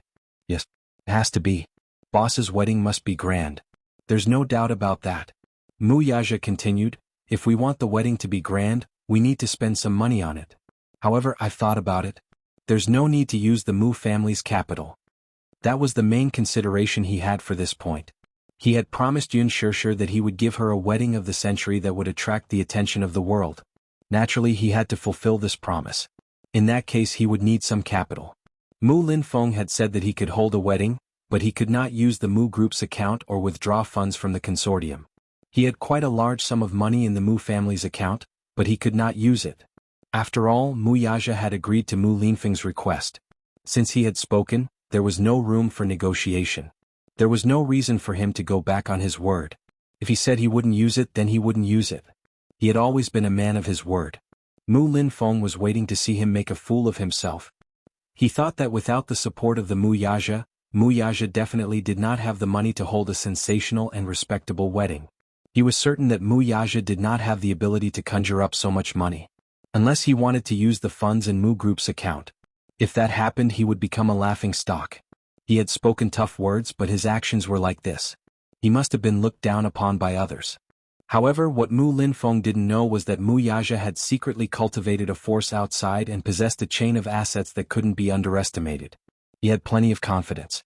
However, the problem was that his personal funds were already flowing through the industry chain. They were constantly in operation and invested in various projects. If he were to withdraw them all at once, it would hurt his vitality. There was no need to hurt his many years of foundation for a wedding. Hence, he looked for Lu Jinyu to discuss how long it would take for him to withdraw the funds without harming the operation of the funds. Chapter 1736. In this aspect, Lu Jinyu had more experience. Hence, he asked, "How much money can you withdraw from my account in a short period of time?" Lu Jinyu was stunned for a moment, unable to react. "Boss, do you mean, you want to use your own funds to hold the wedding?" "Yes." "Why?" Lu Jinyu didn't understand. If they got married, the Mu family had a lot of assets in their account. It wouldn't be a problem to prepare a few 100 million yuan overnight, let alone in a short period of time. Why would he use his own funds? "You don't have to question my decision. I have my reasons for doing this." "Okay, I understand." Lu Jinyu was silent for a moment. He thought for a while and said, "Boss, I've done some calculations. The funds in our account are now operating in various capital chains. The funds in the capital pool are all tied up. We can't withdraw much of the idle funds in a short period of time. It's about tens of millions." Wuxia frowned. "That's too little. It's not enough." Lu Jinyu sighed. "There's no choice. During this period of time, the end of the year is approaching. The funds in the capital pool are very tight. It won't recover in a short period of time. It's already the limit to withdraw this much." Wuxia tapped his fingertips on the table and asked, "If I want to withdraw 500 million yuan, how long will it take?" Lu Jinyu raised his eyebrows in surprise. He then said, "At least after the new year the funds will recover. A few 100 million yuan won't be a problem." "So long? What about the wedding house? Do you need to arrange it yourself?" Wuxia said in a low voice, "Didn't you hear me just now? I won't use the Mu family's capital. I have properties under my name now, but they are all the Mu family's capital. If I say I won't use them, I won't use them. As for the wedding house, I'll definitely buy another one and write it in her name." Lu Jinyu pursed his lips. "The wedding house isn't the biggest problem. The problem is, boss, how do you want to arrange the wedding? The investment in the wedding can be said to be a bottomless pit. There's no limit to it. Naturally, we'll do it in the best way possible." Wuxia paused for a moment and then said, "I don't want to delay the wedding for too long. Get it done as soon as possible. As for what you said about the funds only coming back after the new year, that's not a problem. I'm not optimistic about getting married in winter. It would be very appropriate to hold the wedding in spring. Pay more attention to the funding issue for me." Lu Jinyu was suddenly even more curious about what kind of woman Yun Shishir was. He actually made Big Boss think about how to arrange a grand wedding, and even didn't hesitate to transfer funds from the capital pool. This was unprecedented. "Boss, when is the engagement ceremony?" Wuxia smiled and said, "The preparations are almost done. I'll invite you then." "Okay. Then I'll be looking forward to it." Lu Jinyu sat down at the table. Suddenly he regained his serious expression and said, "But let's put that aside. Since you've asked to meet me, I'd like to mention something to you." "What is it?" Wuxia's expression also became serious. Then Lu Jinyu discussed with him the recent problems that had arisen in the company. Lu Jinyu never made decisions on key issues and always followed his advice. 5 years ago, Wuxia began to focus on cultivating his own power outside of the Mu group. Chapter 1737. Lu Jinyu could understand his decision very well. As a century-old wealthy family, the Mu family dominated the entire Asian economy.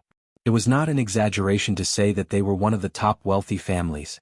Perhaps there were very few consortiums in the world that could stand shoulder to shoulder with the Mu Corporation. However, Wuxia was determined to leave the Mu family and cultivate his own business. Firstly, it was because he was very ambitious. Although the Mu Corporation was deeply rooted, it was difficult for it to develop further because of the constraints. The Mu Corporation had a political background. It could be said that it was the economic heart of the country. If it was involved in the front line, it would cause the entire country's economy to collapse. therefore there were many restrictions. Secondly, because it was a family consortium, it involved the interests of many people. The involvement was too deep and every step was treacherous.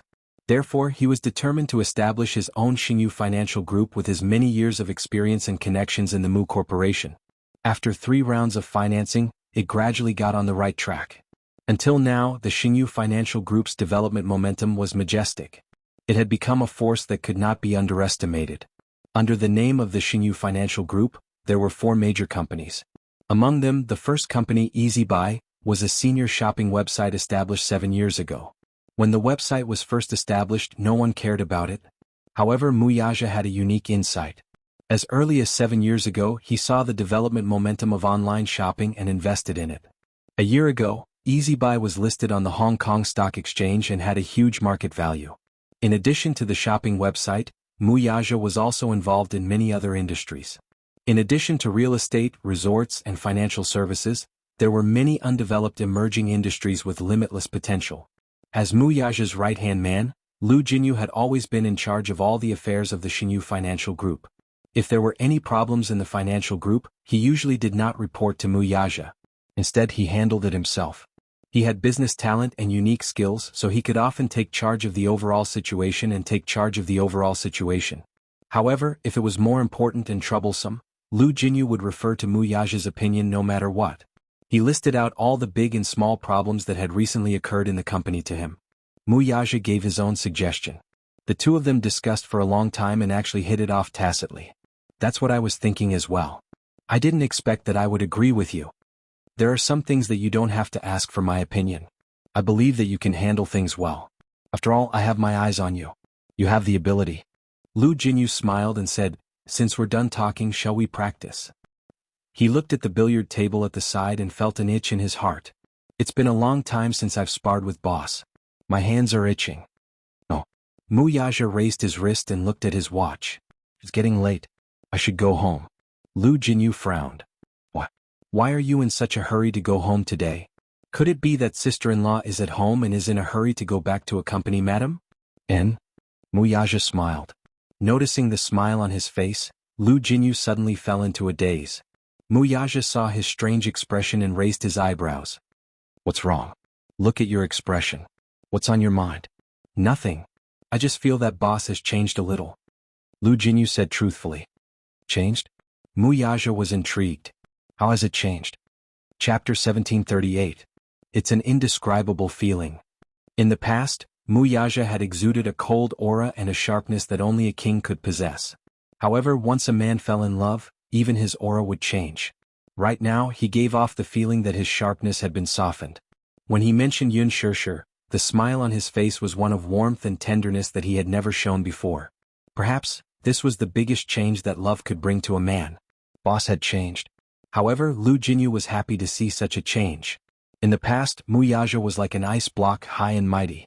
He didn't seem like a man of the mortal world at all. However, things were different now. His smile was warm and gentle. He was no longer as cold as before, as if he was difficult to get close to.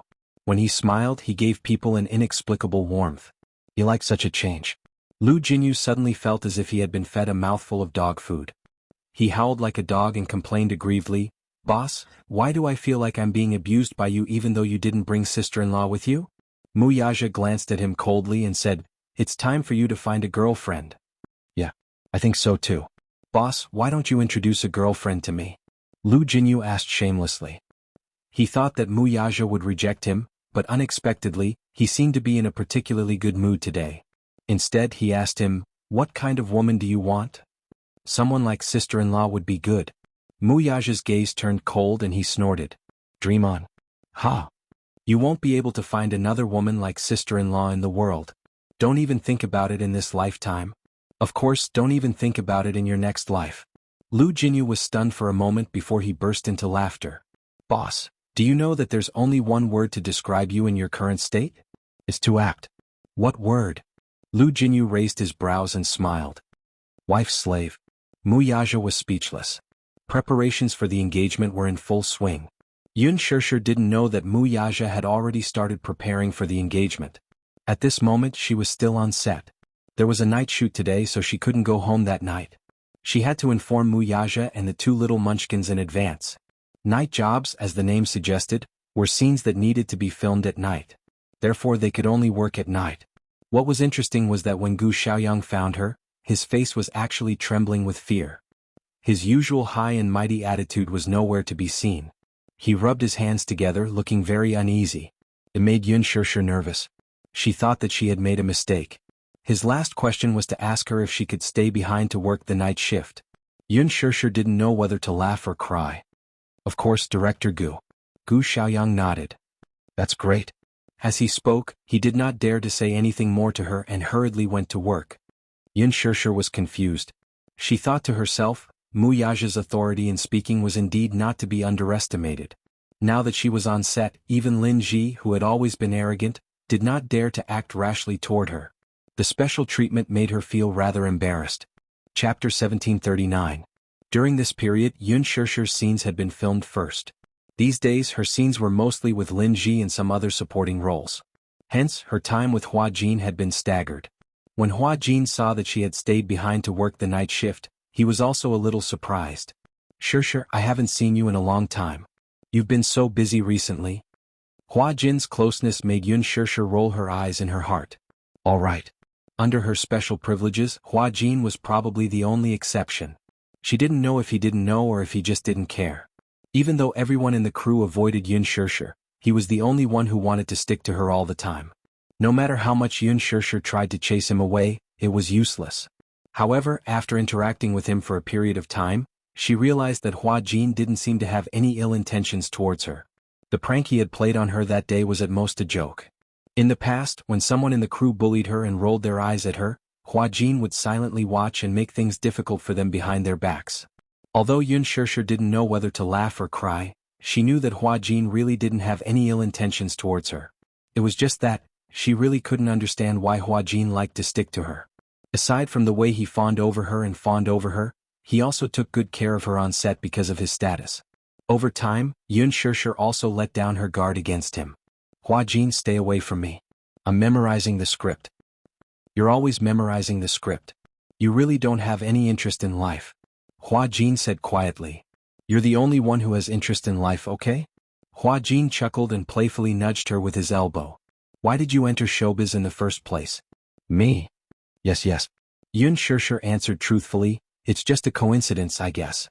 Plus, I thought that I could earn money by acting, so I decided to become an actor. Hua Jin pursed his lips in disdain. Boring. What's boring? Shushu, you're such a strange woman. In such a materialistic circle, most of the girls who entered this circle had great ambitions and aspirations. For example, those who want to be famous, those who want to earn big money, those who want to be rich, those who want to climb the social ladder. Everyone is ambitious, but only you seem to stand aloof from worldly affairs.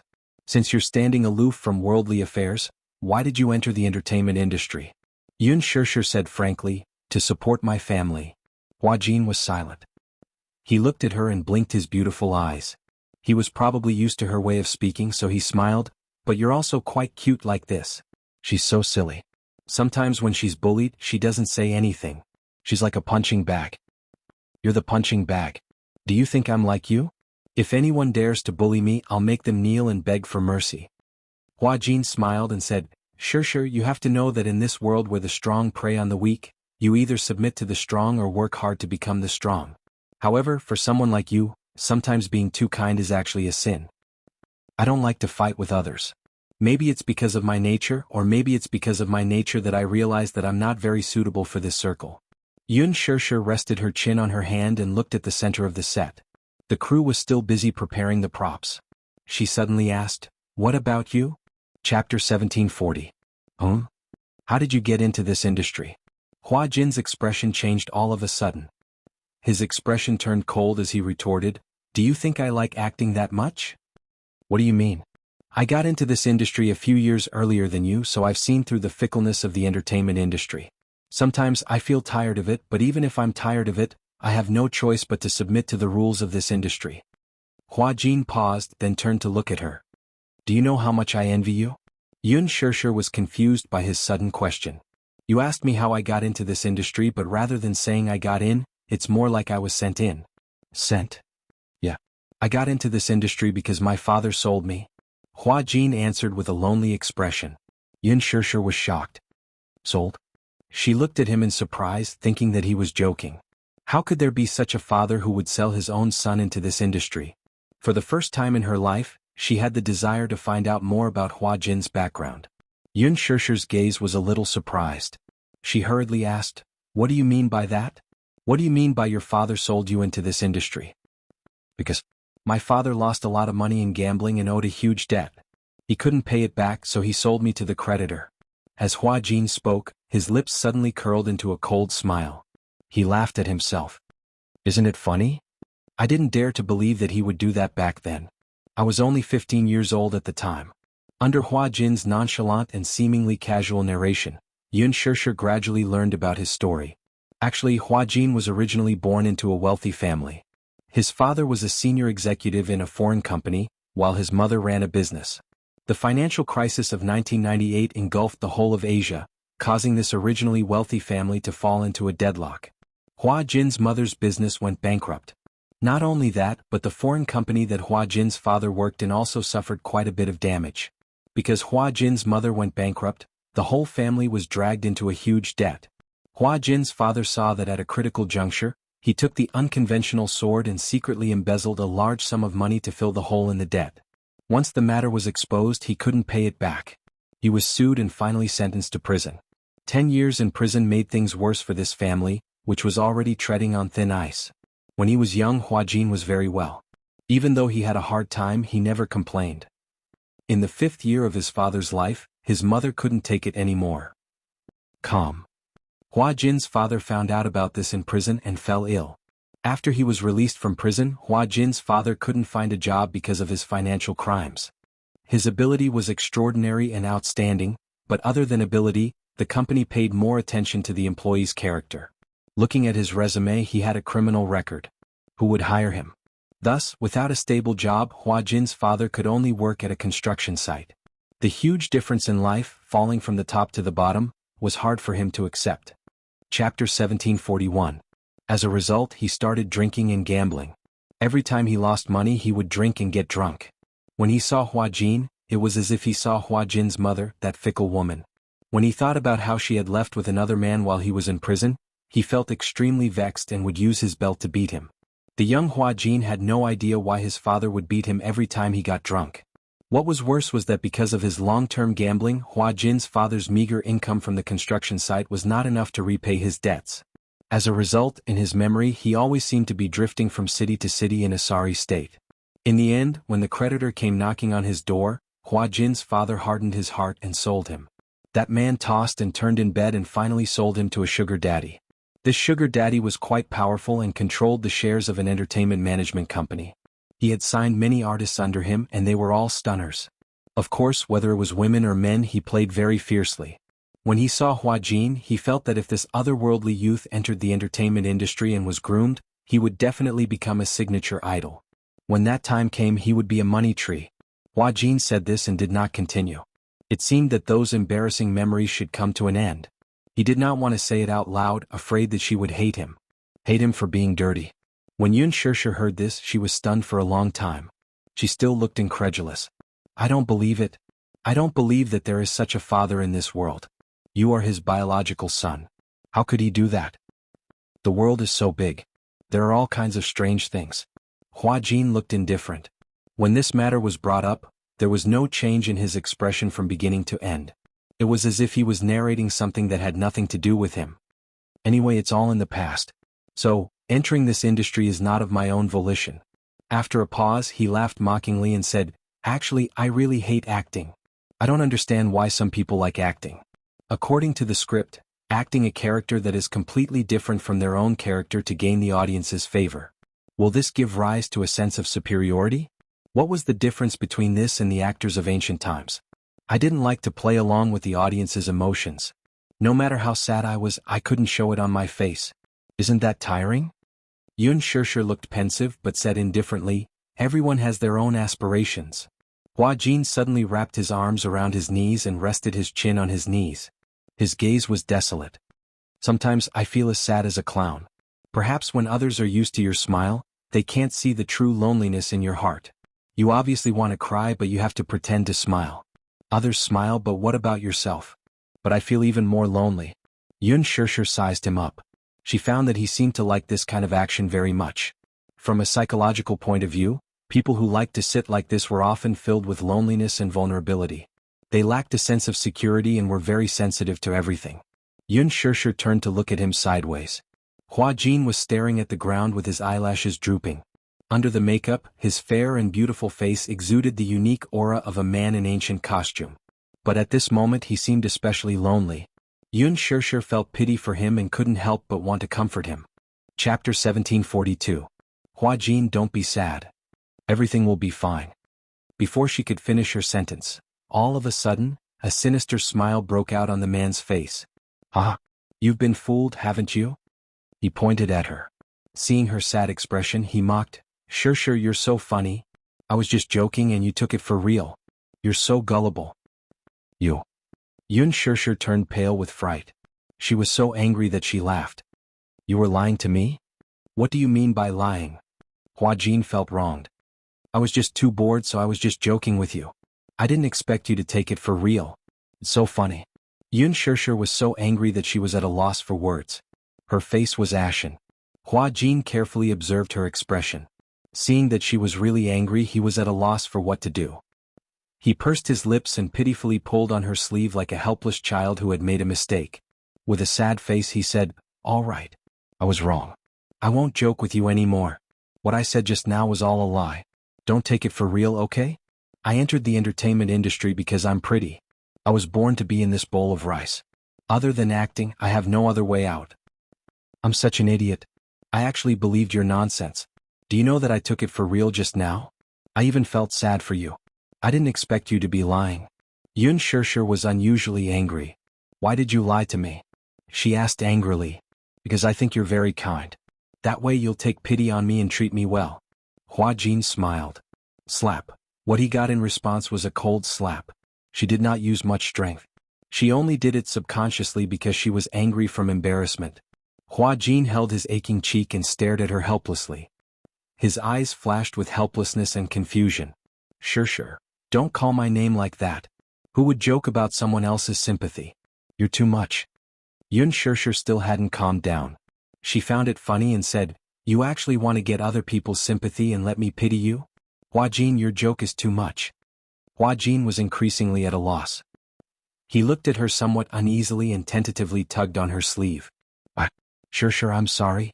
I was wrong, I won't joke with you in the future. Yun Shishir suddenly waved his hand away and said coldly, Stop pestering me. I'm going to film now. With that, she stood up abruptly, threw the script into his arms and left. Hua Jin looked innocently at her back as she left. He bit his lips and looked like he was about to cry.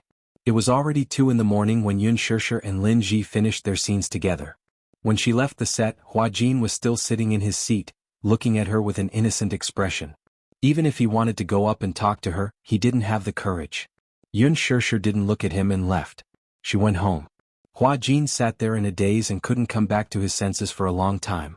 You actually want to get other people's sympathy and let me pity you? Hua Jin, your joke is too much. Yun Shishir's angry words still echoed in his ears. Hua Jin touched his cheek and bit his lip. He felt like crying. Perhaps it was a little childish to use sympathy to get close to someone you liked. Chapter 1743. Perhaps it was a little childish to approach the person he liked by gaining sympathy. However, he was a little clumsy. It seemed that other than that, he did not know how to attract her attention. Preparations for the engagement ceremony were in full swing. Wuxia did not have many relatives and friends. There were only about 30 people. Most of them were important figures in Xinyu company, including Lu Jinyu. Yun Shishir, on the other hand, had even fewer relatives and friends. The engagement ceremony was set to be held on an island. Wuxia had meticulously prepared a beach engagement ceremony. Of course, these were all secretly prepared behind Yun Shishir's back. He wanted to give her a surprise. Yun Shishir did not know about this. Yun Shishir had also slowly sent out the invitations that she had prepared. However, on the way to deliver the invitations, an accident happened. Perhaps it was because she was a little tired from filming the night before, but when she was driving she accidentally bumped into a passerby. She was a middle-aged woman in her 40s. When Yun Shirshir was making a left turn, she suddenly sped off the road for some unknown reason. When she tried to stop the car, she failed to do so and ended up crashing to the ground. When Yun Shirshir got out of the car, she saw the woman lying on the ground hugging her knees. She wailed in pain as if she was in a lot of pain. The first thing she said when she saw Yun Shirshir was to accuse her of driving carelessly and then ask her to send her to the hospital. Yun Shirshir had never encountered such a thing before. Afraid that she would be seriously injured, she hurriedly sent her to the hospital. As soon as she arrived at the hospital, the woman clamored for a full-body checkup. Yun Shirshir naturally thought that her life was more important, so she accompanied her to register and paid for the medical expenses. Then there was a few hours of waiting. When the full-body checkup was done, the report showed that she had a slight concussion and a relatively minor soft tissue contusion. Soon, the family members rushed to the hospital. Seeing that the injury was not serious, Yun Shirshir asked for a private chat. In her heart, she thought that since the collision was not serious, she would pay for all the medical expenses, as well as some compensation for lost work and nutrition. However, the woman's family demanded an exorbitant sum of 50,000 yuan for her medical expenses. Yun Shirshir was dumbfounded. She had never encountered such a situation before. Immediately, she raised her doubts and said, "Didn't the medical report say that the collision wasn't serious? It was just a little soft tissue contusion and a concussion. The doctor didn't even ask for hospitalization. Why is the compensation so high?" On the other side, the family member said eloquently, "You injured my sister, look. Take a look at the report from the doctor. High blood pressure. High blood pressure. If it weren't for your scare, would her blood pressure be so high? Do you know how serious the consequences are? If your blood pressure is too high, you'll have a cerebral hemorrhage. If it's light, he'll have a stroke. If it's serious, he'll lose his life. Do you know that? My uncle died of a cerebral hemorrhage. If it weren't for you, would my mother be like this?" A few family members surrounded her aggressively, as if they were interrogating an unforgivable criminal. Yun Shirshir furrowed her brows. She had thought that it was just a normal accident and that she would be able to get out of it after paying compensation. She had not expected that she would encounter such weirdos. Chapter 1744. Yun Shirshir did not want to argue with them. After all, it was not easy for these people to come to the city to work. Coincidentally, she still had a sum of money on her. She estimated that she had about 10,000 yuan, which was more than enough to compensate them. Thus she negotiated, "I don't want to argue with you, but I don't have 50,000 yuan on me. How about this? I'll compensate you 15,000 yuan, and this matter will be considered settled, okay?" When the family members saw this, they were furious. "So what if you're rich? Can you humiliate people like this just because you're rich? 15,000 yuan? Are you King trying to dismiss a beggar? You want to leave after paying 15,000 yuan? Is that even possible?" "That's right. 50,000 yuan, not a cent less." Yun Shirshir narrowed her eyes. Before she could say anything, the family members started chattering again. "Not only this medical fee, but you also have to pay for my sister's subsequent hospitalization fees. Other than the medical fees, there's also the compensation for my sister's loss of work, nutrition, and psychological damage. How traumatized was my sister in this car accident? You have to compensate for all of this. So 50,000 yuan, not a cent less." Yun Shirshir did not know whether to laugh or cry. "I can see it now. What do you mean? You're obviously trying to extort me, right?" As soon as she said that, everyone was shocked. She continued, "From the way you talk, I can tell that you're not very educated. You're simply spouting nonsense. Yes, I admit that I was careless when driving and accidentally hit you. I'll take responsibility for this, and I'll also admit to this mistake. I've also paid for the medical fees, but the doctor said that it's just some superficial injuries. These injuries can be treated with a few hundred yuan. I'm already very decent for compensating you with 15,000 yuan. Also, please don't use high blood pressure and high blood sugar to talk about this. Go and ask the doctor if hitting someone can cause high blood pressure and high blood sugar. These illnesses are not external injuries. Now you're pushing the blame on me and asking me to take responsibility. That doesn't make sense, does it?" One of the most hot-tempered men rushed forward and pointed his finger at her. "Are you slandering us? Are you slandering me?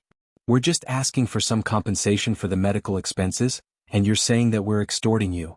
As he spoke, he stepped forward and grabbed her hand, but Yun Shirshir pushed his hand away warily. "Just speak properly. Don't touch me. Get physical? Are you trying to frame me? Have we tried to reason with you? Wasn't he being reasonable? Are you listening?" This man seemed to have a fierce temper. He looked very tall and very strong. The muscles on his arms as well as his ferocious eyes shocked Yun Shishir quite a bit.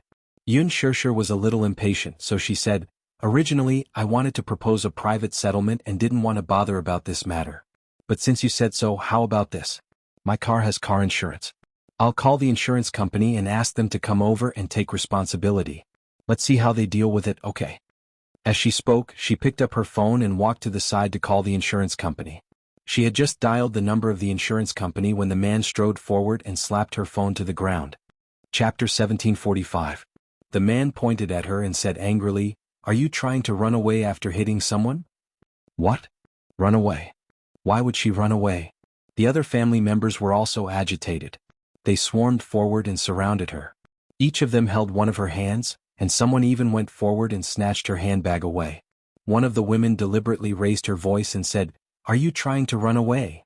Are you trying to run away after hitting someone?" Yun Shishir was extremely helpless. Without waiting for her to explain further, the others surrounded Yun Shishir and shouted at the passers-by who were watching the commotion, "Hey! Come and see. This woman hit someone and wants to run away without paying the medical fees. This is a hit and run. She wants to run away without paying the compensation. Everyone come over and judge for us." Yun Shishir explained, "I'm not running away. I'm making a call, calling for help, right? Just like in the news they asked the gangsters to bully honest migrant workers like us, right?" Following their shouting, more and more passers-by came to watch. Many of the patients' family members who were waiting for their packages to be checked at the hospital saw that there was a situation here, so they all gathered around to see what was going on. Hence, these family members grabbed others and started to complain to them. "We all came to the capital from Wuxian to work. My sister was working at a construction site and was hit by this woman on her way home. After a full-body checkup, what was the result? It was very serious. This woman said that she didn't want to take responsibility and wanted to run away after making a call. Does this count as running away?" "That's right. Our family isn't doing well. There are 7 of us.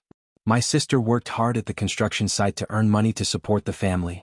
In the end, she was hit by an unexpected accident. Now she's lying in the hospital and the family's expenses are cut off. Everyone please be reasonable. We worked so hard to come to the capital to work, but we were hit by a car. Is it too much to ask her for compensation? It's not too much, right?" Everyone was chattering away one after another, one after another. Yun Shishir's family members had the advantage in numbers. Relying on their eloquence, they kept brainwashing the onlookers. She was outnumbered and felt like she was in a whirlpool. For a moment she couldn't defend herself. She finally understood what it meant by, "Summer insects can't talk about ice." In an instant the public opinion changed. Many onlookers began to point at Yun Shishir as they gossiped about her. Yun Shishir only felt her ears buzzing, as if countless flies were surrounding her ears. It was extremely noisy. Suddenly, someone in the crowd pointed at Yun Shishir and said, "Yun Shishir. I recognize this woman. No wonder he looked so familiar. So she's a superstar. I recognize it too. Didn't you shoot an advertisement and appear in an international fashion show before?" The family member said, "So she's a big celebrity." Once they found out that Yun Shishir was a big celebrity, many people began to take pictures of Yun Shishir with their phones. Yun Shishir covered her face with her collar. However, her actions made more people think that she was obviously guilty. Chapter 1746. After a pause, the woman yelled again, "So you're a superstar. I'm warning you. If you don't compensate us, I'll expose you to the media. How dare you not compensate us for our medical expenses when you caused a car accident? Can you let me call the insurance company? Even if you want me to compensate, you should at least let me withdraw the money, right?" Yun Shishir was about to burst into tears from their unreasonable behavior. However, the family member said relentlessly, "What do you mean withdraw the money? You're just trying to run away with the money, aren't you? Don't think we don't know what you're thinking. Despicable. Shameless." Yun Shishir was so angry that tears welled up in her eyes. When a scholar met a soldier, there was really no way to reason with him. On the other hand, Lu Jinyu had just walked into the emergency room lobby when he saw many people crowding outside. A delicate-looking woman stood in the middle of the crowd. Her face was flushed red as she looked around helplessly. This hospital was under the control of the Jianghu Financial Group. Previously, due to poor management, this hospital was later acquired by the Jianghu Financial Group as a non-performing asset. Under the management of the Jianghu Financial Group, It had become one of the leading hospitals in the medical industry in the capital city. He had come to the hospital this time because the hospital needed to import a large number of medical equipment. At the same time, he wanted to inspect the situation. When he was about to leave, he realized that the emergency room was surrounded by curious passers-by. Hence, he walked over to take a look out of curiosity. After finding out that a woman had hit someone, she wanted to run away without compensation. However, he was laughing in his heart. In this era, which car on the road didn't have commercial insurance? In the capital city market, most of the insurance shares for cars were at least 1,000,000 yuan. If the driver didn't run away on the spot after hitting someone, it meant that the driver was responsible. After calling the police and arriving at the hospital, the rest was up to the insurance company. How could she run away? Hence, he pushed through the crowd, cleared his throat and said, "Excuse me, may I interrupt? May I ask what's the situation?" As soon as he finished speaking, the male family member shouted unreasonably, "Who are you? It's not your place to interfere." However, Lu Jinyu smiled elegantly. In front of the unreasonable man, he was as polite as a gentleman. "I'm the person in charge of this hospital. With so many of you gathered here, it will affect the hospital negatively. I definitely have the responsibility and obligation to understand the situation." After a pause, he calmly asked the man, "Now, may I ask if I have the right to intervene in this matter?" Upon hearing that Lu Jinyu was the person in charge of the hospital, the man immediately straightened his attitude. However, Lu Jinyu caught the fleeting look of guilt on his face. There seemed to be something fishy about this. Logically speaking, since he was a weakling, he should be confident. What did he have to feel guilty about? So he asked, "What's going on?" His politeness and excellent character made the people around him quiet down in an instant. The family members were also strangely quiet. Lu Jinyu glanced at Yun Shirshir and saw that she was standing on the spot with her arms crossed. It was obvious that she had just experienced an intense friction. His gaze landed on her arm, only to see that there were scratches on the back of her hand and wrist that were exposed to the air. Chapter 1747. Why did it seem like she was the one being bullied?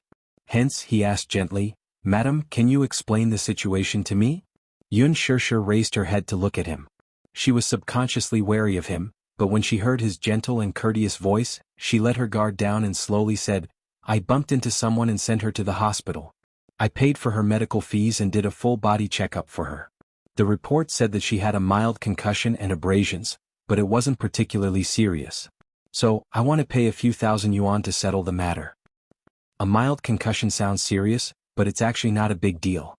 Generally speaking, even a slap can cause a concussion. It won't be much of a problem after some rest. As for the abrasions. At this point, Lu Jinyu smiled and said, "In the hospital, such injuries can be resolved with a maximum of 300 yuan. You're already being very responsible by paying a few thousand yuan." When Yun Shirshir heard his words, it was as if she had met her savior. Her eyes instantly turned red with grievance. "But, the victim's family came over and asked me to pay 50,000 yuan. I felt that their request was too ridiculous and suspected that they were blackmailing me, so I said to call the insurance company and get them to settle it." Lu Jinyu asked, "Have you called the police?" When they heard that they were going to call the police, the family members suddenly became flustered. They looked at each other nervously. They couldn't help but want to go forward and try to befriend Lu Jinyu. However, Lu Jinyu politely stopped them. "Speak one by one, okay? I asked you just now but you didn't say anything. I don't want to hear it now." Yun Shirshir sighed inwardly. This man looks gentle on the surface, but why is his style of speaking so domineering? As he spoke, he gave off the feeling that there was a knife hidden behind his smile and he was imposing without being angry. Lu Jinyu didn't know what she was thinking. He turned to look at her and said with a smile, "You haven't answered me yet." "I didn't call the police." "Silly girl, such a matter should be dealt with by the police immediately." Lu Jinyu asked again, "Then, have you called the insurance company?" Yun Shirshir said cruelly, "It's been a few years since I got my driver's license, but it's only been a month or so since I started driving. Encountering such a situation, I'm indeed a little confused." Lu Jinyu didn't know whether to laugh or cry. "Don't you know that sometimes when you're driving on the road it's not the car that hits someone but the person that hits the car?" "What do you mean?" "What a silly girl. Stand aside and don't say anything, okay?" Lu Jinyu raised an eyebrow. His elegant yet domineering way of speaking reminded her of Muyaja. He felt an inexplicable sense of security. She smiled gratefully but didn't say anything else. Lu Jinyu walked up to a few family members. There were more than a dozen of them. Even if each of them said a word, it was enough to drown Yun Shirshir. There was no room for her to speak. Chapter 1748. Upon hearing that they were going to call the police, the few of them panicked. Only the man pretended to be calm and said, "I don't think there's a need to call the police, right? What can the police say? She was the one who injured her. Since she wants to take responsibility, why don't we just pay the compensation? As long as the compensation is paid, we won't pursue any responsibility." Lu Jinyu curled his lips and smiled. "How much is the compensation? 50,000 yuan? Yes. Is 50,000 yuan a lot?" The man said, "She drives a Mercedes-Benz. Since she can afford to drive a Mercedes-Benz, 50,000 yuan shouldn't be a big deal to her. She won't lose anything by compensating her." Lu Jinyu nodded. Compensation is not a problem. Yun Shirshir was a little surprised. She vaguely wondered if this man was helping her. Why did he say that compensation was not a problem? These people were obviously extorting her. He couldn't have believed their words, could he? When the family member heard this, he was about to nod in satisfaction when Lu Jinyu said, "But the amount you're asking for, I suspect that you're extorting her." Extorting her? Lu Jinyu's aura was so strong that it completely suppressed the scene. No one dared to interrupt him when he spoke. When the family member heard this, he was stunned and stared at him with wide eyes. "Don't you think it's too much to ask for 50,000 yuan as compensation for a soft tissue injury and a mild concussion? According to the law, this is already considered extortion. Furthermore, I suspect that you're fraudsters." The scene was very quiet, so the onlookers could hear Lu Jinyu's calm and rational offer. When they heard that these people were asking for 50,000 yuan as compensation, everyone came to a realization. After hearing Lu Jinyu's analysis, everyone started to discuss and wonder if these people were extorting her. Why would they have to pay 50,000 yuan for such a minor injury? Lu Jinyu continued, "However, I don't have any evidence at all." When the family member heard this, he immediately argued, "That's right. You have no evidence at all. What do you mean by extortion? We're all honest migrant workers.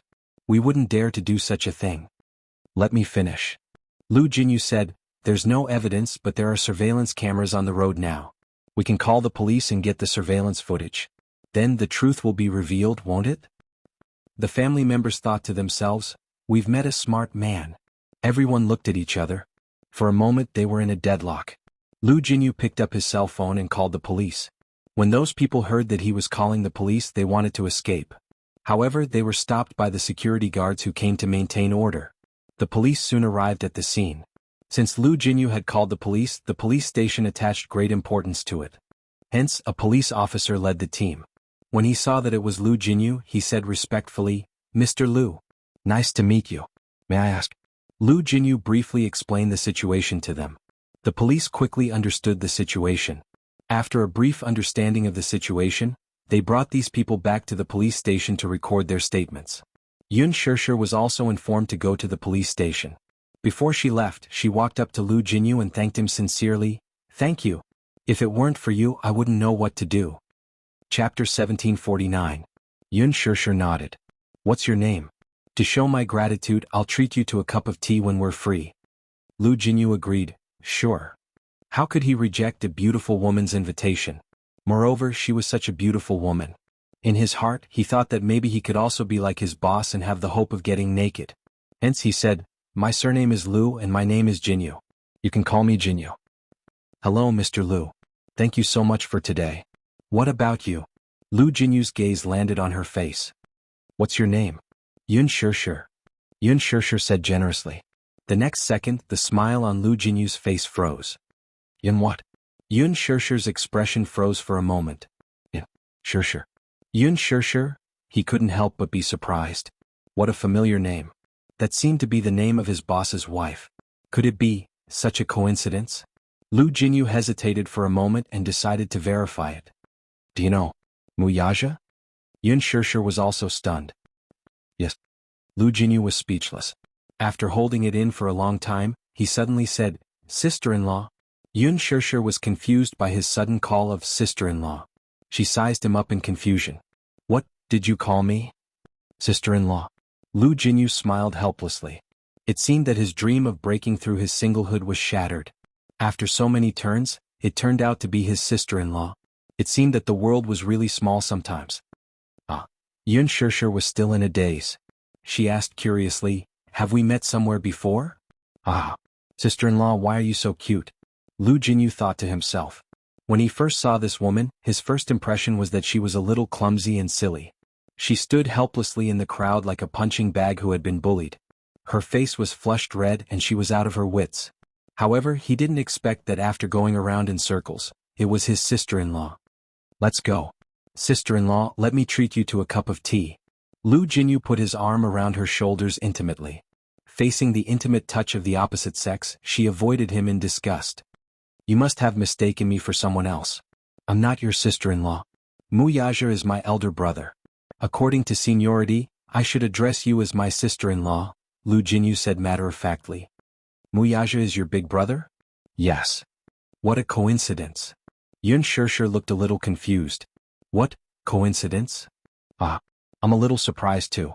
I didn't expect to meet you here. Thank you. But forget about the tea, I still have to go to the police station later. No need. If you go to the police station it's just a procedure. I'll just let them file it. Lu Jinyu invited her into the car without any explanation. Along the way Yun Shirshir felt like she was in a fantasy. Why did she feel like a little white rabbit that was so easily abducted by a big bad wolf with bad intentions? When they reached the cafe Yun Shirshir was still a little skeptical. It was not until Lu Jinyu took out an engagement invitation from his briefcase that she believed him. She had personally written the invitation letter. After ordering a few cups of coffee, Lu Jinyu lost his cool and elegance. He couldn't hide the excitement on his face as he stared at Yun Shirshir again and again. So, this was the legendary sister-in-law. She was very different from what he had imagined. Chapter 1750. If Yun Shirshir knew what Lu Jinyu thought of her, she would probably not know whether to laugh or cry. Seeing that Lu Jinyu was silently sizing her up, Yun Shirshir felt uncomfortable all over and smiled awkwardly.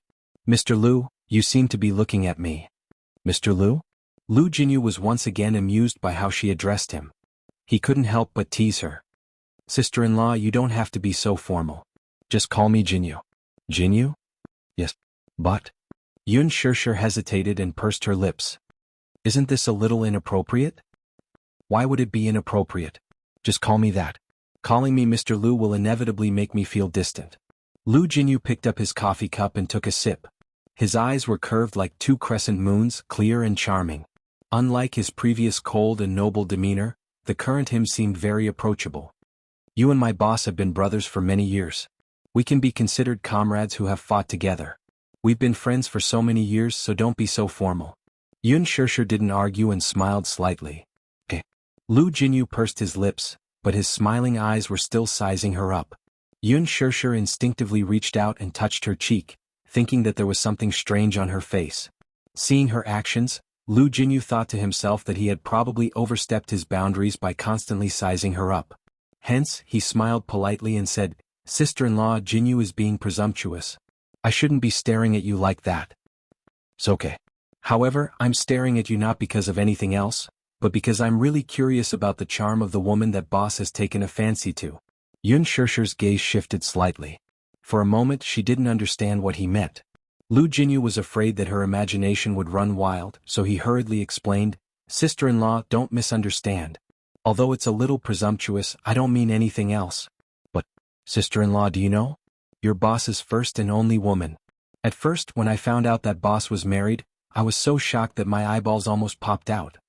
Yun Shirshir was amused by his funny words. She covered her mouth and laughed secretly. How can it be so exaggerated? How should I put it? In his impression, the boss was an ambitious person. He was cold-blooded and iron-fisted. His actions were swift and decisive. His abilities were extraordinary. Those who coveted his women would flock to him like a flock of ducks. I'm not exaggerating. The number of women who want to climb up the social ladder can line up from here to Paris. However, boss has always been cold and aloof. In terms of women, he has never touched anything. Lu Jinyu had always been curious. Did Muyaja not have any physical needs? In his memory, his impression of Muyaja was that of a workaholic. Work. Apart from work, he was busy. When the Xinyu Financial Group was first established, he spent half of the year flying around the world. He was so busy that he didn't have any free time. Apart from work, Muyaja's occasional hobbies were probably to play billiards, golf, or go to the fencing gym to pass the time. This routine and hobbies. No matter how he looked at it, he suspected that he was middle-aged. He was only 28 years old, but he was like an old cadre. He didn't have the vigor of a young man at all. Chapter 1751. Back then, Lu Jinyu had also developed some mischievous interests. He deliberately hid his purpose and took Muyaja to the bar to hunt for women. The problem was that when they arrived at the bar, Muyaja was like an ice block. He just sat in the private room and drank silently as if he had nothing to do with it. He silently watched the men and women in the bar dance without restraint. His cold expression was a stark contrast to the drunken demeanor of the people in the bar. From the private room he was sitting in, it was almost as if he was in two different worlds from the dance floor. One side was in full swing while the other side was cold. Lu Jinyu thought to himself, boss really doesn't know how to enjoy life. At such an occasion, he was not in a hurry to catch his prey. Instead he was calm and composed. Like a profound veteran, he sat in the corner and casually tasted his wine. When it came to his career he was very ambitious. Why did he seem so indifferent when it came to women? Men all had their biological needs. Could it be that boss had no feelings for women at all? But she had never seen him show any interest in any man before. Lu Jinyu even suspected that his boss was frigid. Of course, this was just a silent criticism in his heart. If Muyaja knew that he thought of him that way, who knew what he would do to him? Lu Jinyu had also found a few women with clean backgrounds for Muyaja. He sent them to his side, but they were all mercilessly chased away by him. After a futile effort, Lu Jinyu simply gave up. He thought that boss was probably devoted to his career and did not have the heart to care about other things. However, it was not until recently that he learned that Muyaja was married. This news was like a sudden clap of thunder that blasted him on the outside and made him tender on the inside. That was why Lu Jinyu was so curious about Yun Shishir. Sister-in-law, you're different from what I imagined. Lu Jinyu told Yun Shishir truthfully. Different? Yun Shishir was a little surprised. What's different? I thought that boss's woman would be the daughter of a rich family, noble and proud. But the feeling you give me is like what? Yun Shishir was a little curious. What did he think of her? Don't be angry if I tell you. I'm not angry. Lu Jinyu held back his laughter and said, like a little white rabbit. Little? Yun Shishir was at a loss for words. Lu Jinyu couldn't help but laugh at her adorable expression. Ah, that's the expression, it's so similar. Why do you say that I'm like a little white rabbit? Yun Shishir didn't know whether to laugh or cry. She looks very weak, like she would fall with a gust of wind. She looks very easy to bully. However, it's not strange that boss likes you. Sister-in-law gives people the feeling that she can easily arouse a man's desire to protect her. Lu Jinyu paused for a moment before asking, you're about to hold your engagement ceremony. I'm sincerely happy for you and boss. I believe in boss foresight. Since he has chosen you, he will protect you forever. I wish you all happiness. Yun Shishir smiled. Thank you. The police station called to ask why Yun Shishir hadn't arrived at the police station. Lu Jinyu took the call and explained the situation. The police officer on the other end chuckled and said, hey, actually it's not a big deal. Since she's Mr. Lu's friend, this matter is very easy to handle. Chapter 1752. Lu Jinyu took the call and explained the situation. The police officer on the other end chuckled and said, hey, actually it's not a big deal. Since they're Mr. Lu's friends, this matter will be easy to handle. It turned out that those people were a gang of Pingxi scammers. They had been committing Pingxi for more than a dozen times. This gang was especially interesting. They didn't touch anything else but luxury cars. They didn't even look at cars that cost more than 100,000 yuan. They were certain that since they drove luxury cars, they would definitely be rich. When encountering such a matter, they definitely wouldn't want to waste any time. If they could solve it with money, they would try their best to keep the peace and not be calculative. Such rich people were especially easy to deal with. Tens of thousands of yuan were nothing to them. They had already committed more than a dozen crimes and none of them had failed. Their usual routine was to stand at the intersection of the street and see a luxury car driving over. If the car was slow, they would pounce on it like a moth to a flame. Then they would crash into the car and beg the car owner to send them to the hospital. Even if the car owner wanted to call the police to deal with it, when they saw the person lying on the ground and rolling around in pain, they were afraid that the loss would outweigh the gain if they delayed and caused a death. Hence, they rushed to the hospital. They called the gang to disguise themselves as family members, do a full body checkup, and ask for a sum of compensation to settle the matter privately. Most people couldn't be bothered to make a fuss and just settled the matter with money. Unfortunately, they met Lu Jinyu today and he was in control of the situation. That was why they stumbled and fell into Lu Jinyu's hands. Hence, Yun Shirshir was also very grateful to Lu Jinyu for helping her out. After hanging up the call, Lu Jinyu found that her phone screen was cracked, so he said that he would go to the mall to buy her a new phone. Yun Shirshir hurriedly refused. However, Lu Jinyu was very insistent and said to her, "Since this happened on my territory as the person in charge, I naturally have to take responsibility. Sister-in-law, this is what I should do. Don't stand on ceremony, okay?" Yun Shirshir couldn't refuse, so she braced herself and nodded. Lu Jinyu drove her to the mall. As she was a public figure, it wasn't appropriate for her to appear in crowded places. Hence, he considerately asked her to wait in the car and hurriedly left. 10 minutes later he came back with the latest model of Apple. He helped her send the information and change the card. Yun Shirshir smiled gratefully. "Thank you for your help today. Sister-in-law, if you continue to treat me like an outsider, I'm going to get angry with you." Lu Jinyu pretended to be angry. In the end, Lu Jinyu drove her home and got someone to drive her car back.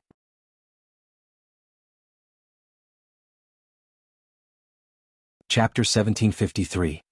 His gaze was like a tiger eyeing its prey, as if he was a lord whose territory had been invaded by other lions. His gaze gradually turned cold as if he wanted to strangle someone into nothingness. But he was greatly wronged. The car he was driving was a George Patton, which was very tall. Hence, he was afraid that Yun Shirshir would lose her balance after getting out of the car in high heels. Thus, he kindly helped to support her. If he was mistaken for taking advantage of her, he would not be able to clear his name even if he jumped into the Yellow River. When Yun Shirshir saw Muyaja, she was stunned. "You're back, Chief." However, Lu Jinyu looked like he wanted to say something. He thought that he should at least explain something, but if he did, it would seem like he was trying to hide something. It was a little too obvious. He did not know whether to laugh or cry. Muyaja stared at him coldly. "Why are you here?" His tone was so cold that it made Lu Jinyu shiver. He said with a long face, "Something happened, so I sent sister-in-law back on the way." "What happened?" Yun Shirshir immediately explained. Lu Jinyu looked as aggrieved as a deer, blinking innocently at him. After hearing the whole story, Muyaja's expression gradually softened. Seeing that his face had regained some warmth, Lu Jinyu heaved a sigh of relief. "Since you've sent her back, you should go back." Muyaja walked forward and pulled Yun Shirshir into his arms. Looking at him, he mercilessly asked him to leave. Lu Jinyu felt as if a knife had been stabbed in his heart. "Chief, I just arrived and you're chasing me away? Aren't you going to ask me to stay for a cup of tea? You can drink tea anytime. We don't lack this bit of effort." Muyaja's tone was firm. When Lu Jinyu heard this, he could only give up. He nodded and smiled helplessly. "All right. I won't ask you to stay. I'll leave first." After that he said goodbye to Yun Shirshir and drove away. Muyaja brought Yun Shirshir into the house. As soon as he stepped through the door, he asked in a deep voice, "Why didn't you call me immediately after something like this happened?" There was an inexplicable anger in his question. Even though she explained it casually, Muyaja's heart ached when he heard it. This stupid woman was so small. She was surrounded by so many people in such a situation. She was pointed at and bullied by so many people. She didn't know how helpless she was. She should have called him as soon as possible. As her man, the first person to stand up for her when she was in trouble wasn't him. This more or less made him a little angry. Yun Shirshir saw that he seemed to be angry and knew that he was worried. She stuttered a little and replied, I might have been a little confused at the time." "Confused?" Muyaja didn't know whether to laugh or cry as he asked, "You're usually so sharp-tongued. What? Were you confused when you were bullied by outsiders?" "There were so many of them. They surrounded me. At that time my mind was blank. Besides, how could I have thought of calling you for help at that time? If I didn't think of me when I was in trouble, who else could I think of?" Chapter 1754. It's all in the past. Don't be angry. I'm fine now. Yun Shirshir paused and said, "Besides, you have a lot of work to do. What if you're busy when I call you? Won't that disturb you?" "Little idiot." Muyaja knocked on her head and enunciated each word clearly. "Remember this. No matter how important it is, it's not as important as you." Yun Shirshir was stunned. Although his tone was stiff, it warmed her heart. He said, "No matter how important it is, it's not as important as me." It turned out that she was so important to this man. She was more important than his career and everything else in the world. Hearing him say this, her heart felt as sweet as honey. Yun Shirshir pursed her lips and giggled. Muyaja saw that she was giggling like a cat that had stolen a fish. He couldn't help but reach out and pinch her cheeks. What are you giggling about, little idiot? Yun Shirshir waved his hand away and said coquettishly, all right. Don't be angry. I'll be more careful next time. I promise. That's more like it. Muyaja said, just remember this in the future. However, even if you forgot to call me, you should have called the police immediately when there was a traffic accident. What were you thinking in that little head of yours? At that time I saw someone fall onto the ground. It was so pitiful. I was afraid that someone would die, so I wanted to rush to the hospital. Muyaja was speechless. Then I wanted to call the police, but my cell phone was knocked to the ground by them and broke. Yun Shirshir sighed as she said this. Muyaja was speechless. After a long silence he sighed. Stupid woman. I think you're hopelessly stupid. Hey. No personal attacks. How am I stupid? If I were stupid, how could I have given birth to such a smart baby like Yu? Yu inherited my excellent IQ genes.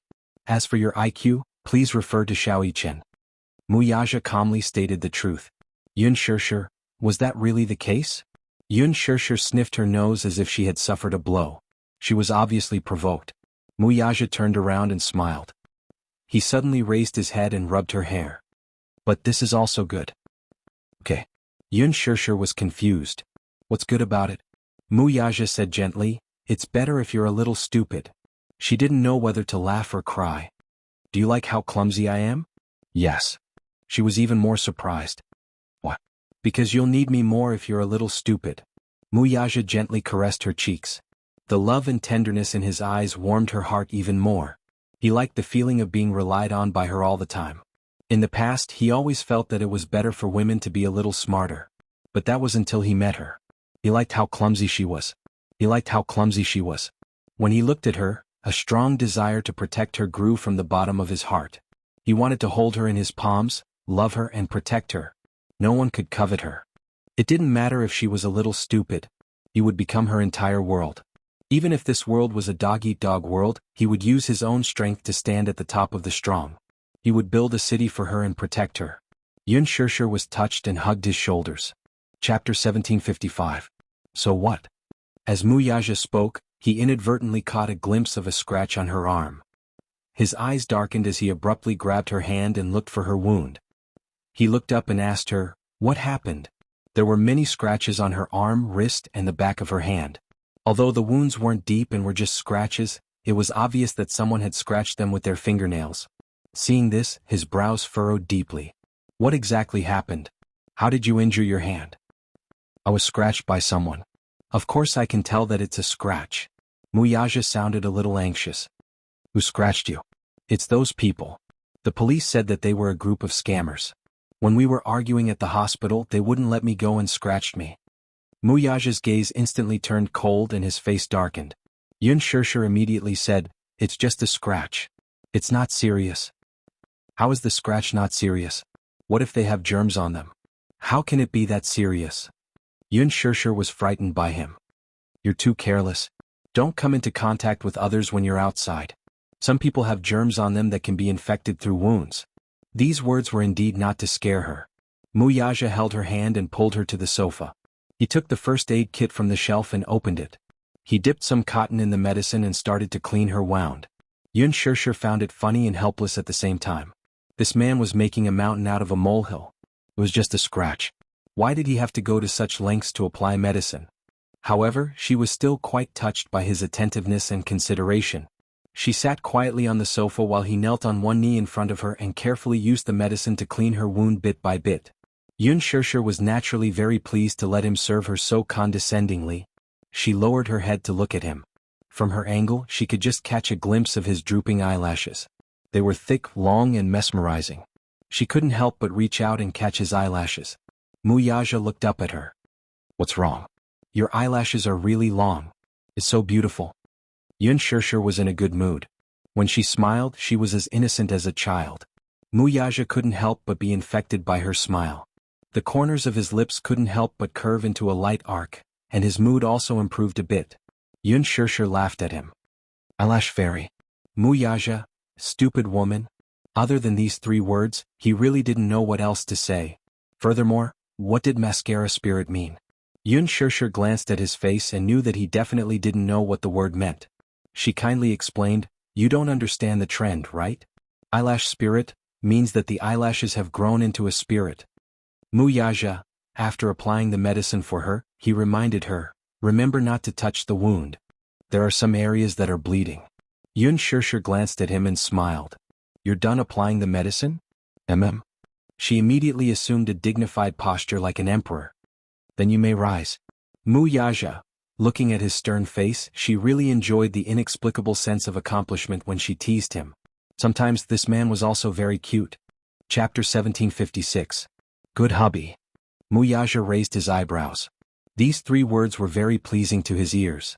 Originally, he was unhappy when she teased him, but because of these 3 intimate words, the corners of his lips uncontrollably curled up. He pulled her into his arms and continued the kiss that he didn't get to enjoy just now.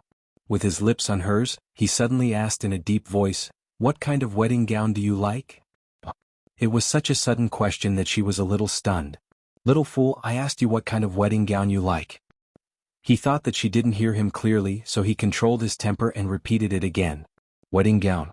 Why are you suddenly asking about this? You're going to wear it when we get married." Muyaja looked at her as if she was a hopeless fool. "What? Don't you want to wear a wedding gown? Or do you not want to marry me?" "No." Yun Shirshir blushed and refuted, "I didn't mean that. I just think that your question is too sudden. Since I'm going to marry you, the wedding gown will naturally be indispensable. Your wedding gown needs to be custom-made in advance, so I wanted to ask you, what kind of wedding gown do you like?" Muyaja explained. "Is a custom-made one especially expensive? That's not something you should be thinking about. You just have to think about what kind of gown you like and what kind of gown looks good on you." After all, they were only going to get married once in a lifetime, so it had to be grand. He also hoped that on that day she would wear the most beautiful wedding gown in the world and appear in front of him. Yun Shirshir frowned. "Your question is too sudden. I haven't thought about it yet." She suddenly looked up and asked, "What about you? Do you have a wedding gown you like?" Muyaja couldn't help but laugh. "Stupid. I'm asking you. Why are you asking me instead? You're the one wearing the wedding gown, not me." Yun Shirshir felt wronged. "That's true, but your opinion is more important. Although I'm the one wearing the wedding dress, I hope you like it." Muyaja smiled softly and teased her, "As long as you like it, I like it. I'm marrying you as a person, not a wedding dress." She didn't say anything, but her heart was filled with sweetness. "Let me think about it." In fact, she used to have many beautiful dreams for weddings. Her biggest hope was to dress up grandly and wear a beautiful wedding dress to marry the man she loved. But when the day really came, she couldn't say for a moment what style she liked. She hadn't studied it at all. There are a few types of wedding dresses. One type is Chinese, such as the qipao or the hanfu. It combines many elements of classical culture.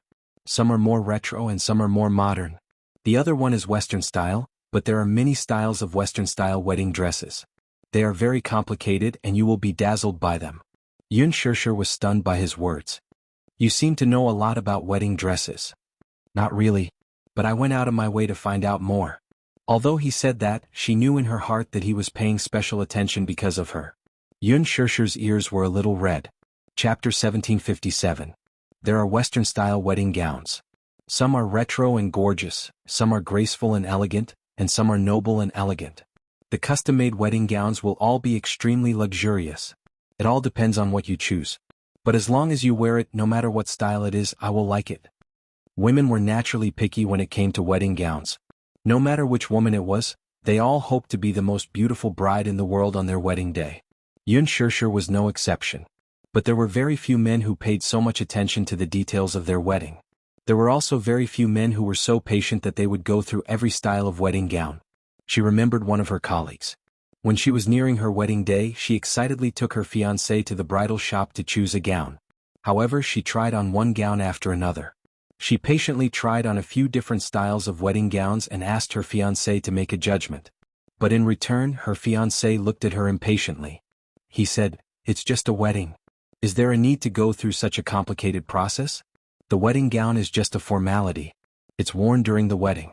You won't wear it again after wearing it once. Is there a need to choose so carefully?" In front of so many people, her colleague felt so wrong that her eyes turned red. They parted on the spot on bad terms. If a custom-made wedding gown is expensive, there's actually no need to do so. "I think I look good in anything." What's important is that you like it, understand? Mu Yaja emphasized this point. There's no need to save money for me. It's only once in a lifetime. How can I let you suffer? Yun Shirshir smiled sweetly, but she felt as sweet as honey. She wanted to say, Mu Yaja, how can you dote on me so much? You're going to spoil me so much that I don't know the immensity of heaven and earth and forget myself. But when the words reached her mouth, she swallowed them back down. Wasn't it a blissful thing to be doted on by someone? Hence she said, actually, I like quite a lot of styles. I've seen a wedding dress show before, and I really like a Western-style wedding dress that incorporates classic Chinese elements. The wedding dress she had her eyes on was not a traditional Chinese dress. It was an off-shoulder wedding dress with a long hemline that reached the ground, like a charming lily in full bloom. The neckline and cuffs were designed with Chinese Su embroidery. It had both the elegance and romance of French and the unique charm and elegance of the East. It was very beautiful. Since you have an idea, that's good. When the time comes, I'll contact a few wedding dress designers for you. You can tell them your idea and see how they design it. After the design is done, you only need to be responsible for choosing. They were going to custom make a wedding dress for her. Yun Shirshir was so touched that she didn't know what to do. She just nodded with a silly smile. All right. At night, she sorted out the invitations that she had yet to send out. Her gaze suddenly fell on one of the more exquisite invitations. On the name of the guest, she neatly filled in the 2 words Gong Jia. Would he come to her engagement party? She really wanted to receive his blessings. At the thought of this, Yun Shirshir picked up her cell phone and called Gong Jia. The call went through very quickly. Xiao Jia, where are you? Sis, what's the matter? Yun Shirshir said, I have something for you. There was a moment of silence on the other end. Then a cold voice came through. Is it an invitation? Yes, it is. Chapter 1758. Upon hearing this, Yun Shirshir couldn't help but feel a little disappointed. She had thought that this was an excuse for him not to attend the engagement ceremony. Hence, the loneliness in her heart was reflected in her tone of voice. Xiao Jia, are you still unwilling to attend my engagement ceremony? After 15 years of separation, she cherished the sibling relationship that she had lost and regained. But at the same time, she also hoped that her happiness would be blessed by the person closest to her in the world. Gong Jia was as important to her as little Munchkin. Sis, I have something urgent to attend to in America.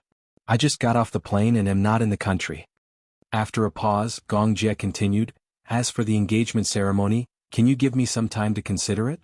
Gong Jia sounded a little helpless on the other end of the line. Yun Shirshir was stunned for a moment. Then she smiled a little dejectedly. Xiao Jia, I won't force you or make things difficult for you. Whether you come or not, I will reserve a place for you.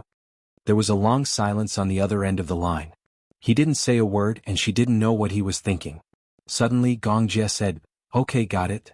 After hanging up the phone, Yun Shirshir sighed. Even though Gong Jia had promised her well, she didn't know if he would come on that day. Now that he was overseas, she was afraid that this meticulously prepared invitation wouldn't reach him. Yun Shirshir pursed her lips. She opened the drawer and put the invitation inside. The next day, Mu Yaja sent someone to send Yun Shirshir to the set and then went to the office. When Yun Shirshir returned from the set, the chauffeur sent by Mu Yaja sent her to the bridal gown shop. Lover, a professional custom-made gown. Even though it was just an engagement ceremony and there was no need to wear a wedding gown, this gown was still necessary. Mu Yaja had left the meeting early and was waiting for her in the shop. He had considered things more thoroughly, so he had arranged things very carefully. As soon as Yun Shirshir stepped into the store, she was invited into the VIP room by the manager of the dress hall. First she was measured. After taking the measurements, the manager was surprised and exclaimed, Miss Yun, your figure is the golden ratio. A figure like yours is a classic clothes hanger. You can do any style of gown. For a moment, she could not tell if he meant what he said or if he was just being polite, so she replied politely, He. You flatter me. I'm not flattering you. I'm speaking from the bottom of my heart. When we make custom-made gowns, we pay the most attention to the proportion of the body. The more perfect a person's figure was, the better they looked in clothes. The fewer restrictions there are. At the side, a few shop assistants also surrounded her and took some measurements for her. For example, the size of the wrist, the size of the shoulder, the size of the shoulder. Lover was a famous custom-made gown shop in the capital. Many celebrities and socialites chose their gowns from this shop. The reason why they were so famous in the industry was because of 3 words: exquisite, exquisite, and exclusive. Every gown was handmade and the size were exactly the same. Even the slightest mistake of 0.1 millimeters was not allowed to happen. Hence, the gowns made by this shop never failed to fit. They were all custom-made. Chapter 1759. There was only one ready-made dress per design. Once the customer picked the dress, it would no longer be sold.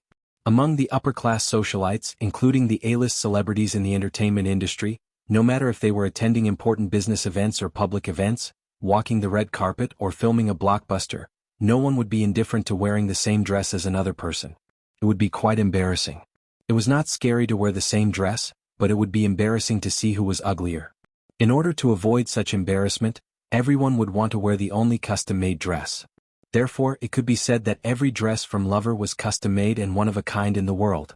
Of course, the price of the gowns in this shop was naturally not cheap. After taking measurements, Yun Shirshir walked out of the shop. She saw Muyaja sitting on the sofa and flipping through the album. She walked over and sat beside him to take a look. She saw that he was holding the works of Lover's top designers. Some of them were concept drawings, while others were samples that had already been made. Of course, the so-called album was different from the pictures that could be found on the internet. The concept drawings were all meticulously designed, polished, harmonized, and rendered. Every detail was vividly displayed. As for the final product, every detail, including the design of the cuffs, collar, and waist, was accurately photographed in high definition. It was for the customers to read carefully. As for the fabric, there were some samples at the end of the album so that the customers could feel the texture with their own hands and choose the material that they liked. There was a thick stack of album in front of Muyaja. It was very thick and very heavy. Yun Shirshir held the album in her hands. It was so heavy that she frowned. "Did you pick anything?" She looked up and asked him as she flipped through the album. Muyaja frowned and shook his head. He was picky and paid attention to details. Originally, he did not want to participate in the process of choosing the dress. However, she said that she hoped that he would like the dress that she wore. Since that was the case, he would personally participate in the process of choosing the dress. Since he entered the shop, he had already flipped through 3 albums. However, there were only a few designs that he liked, but he was not satisfied with any of them. Among the few models that he liked, there were also many details that he was not satisfied with. However, they weren't in a hurry. If there wasn't anything they were satisfied with, they could continue to choose. There had to be one that both of them liked. If there really wasn't any, it wouldn't be a problem to get the designer to rush out the design. After Yun Shirshir sat down, the manager led a few designers over. Yun Shirshir was not a professional when it came to choosing a wedding dress, so the manager specially brought a few designers to explain to her. Formal attire might seem simple, but when it was worn on the body, the first thing that was important was its beauty, the second was its material, and the third was its comfort. Some low-quality gowns did not fit well. Some people with sensitive skin would have an allergic reaction when they touched some low-quality fabric. A few designers flipped through the album and showed it to her and Muyaja as they explained it in detail. At first, Yun Shirshir only understood half of it, but later on she gradually understood some of the details. Finally, after some discussion, the two of them decided on a set of formal attire. Chapter 1760. A red Chinese-style gown was more festive. On this point, the two of them were surprisingly in agreement. However, this gown was not a classic one. It was stylish and beautiful. Yun Shirshir took a liking to it at first glance.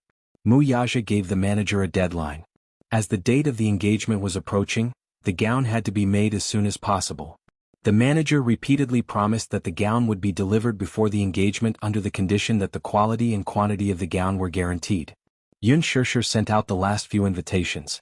Of course, Jianghu, Yun Qingmiao, and Jianghu also received an invitation. The invitations were exquisitely made, and each one was handwritten by Yun Shirshir. The date and place of the engagement were written in it. It also stated that 2 nights before the engagement, Muyaja would use his private jet to bring the groom's and bride's invited guests to the island. The moment Yun Qingmiao received the invitation and saw the envelope, she was dumbfounded. "Mom? Who exactly is Yun Shirshir's man?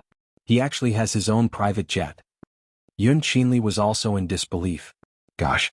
I used to think that Yun Shirshir's man could only be considered as Yin Fu, but now it seems that his identity is definitely not ordinary. He actually has his own private jet. How rich must he be to own such a thing?" In their eyes, only the super-rich could afford a private jet. What they did not know was that Muyaja had a total of 5 private jets under his name. 2 of them were especially luxurious VIP jets, which were used to pick up important VIPs during business negotiations. You are one of the private jets that will be used for the engagement. Yun Qingmiao was so jealous that she could die. A few days ago she had just seen the trailer for the movie, The Green Apple, on TV. At first, when she saw the beautifully edited promotional video on TV, she felt that it looked familiar. At first, she thought that it was just a coincidence.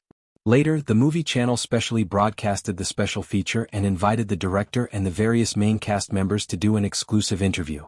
They also edited some of the movie's highlights. When Yun Shishir appeared on the screen, her name was clearly written at the bottom of the screen. Only then did Yun Qingmiao believe that her distant cousin was actually a superstar. Yun Qingmiao was not a fan of celebrities, but Yun Qinli especially liked to watch idol dramas.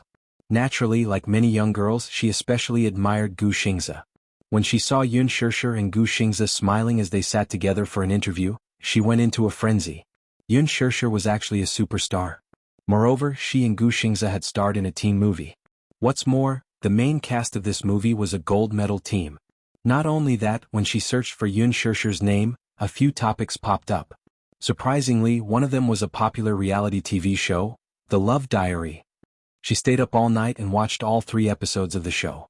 For 3 whole days she could not sleep in peace. She was excited. She was excited. She was excited because she did not expect that her beloved idol would be so close to her one day. Chapter 1761. Yun Qinli especially wanted Gu Xingze's autograph. If there was a chance, she could use Yun Shishir to get to know Gu Xingze in person.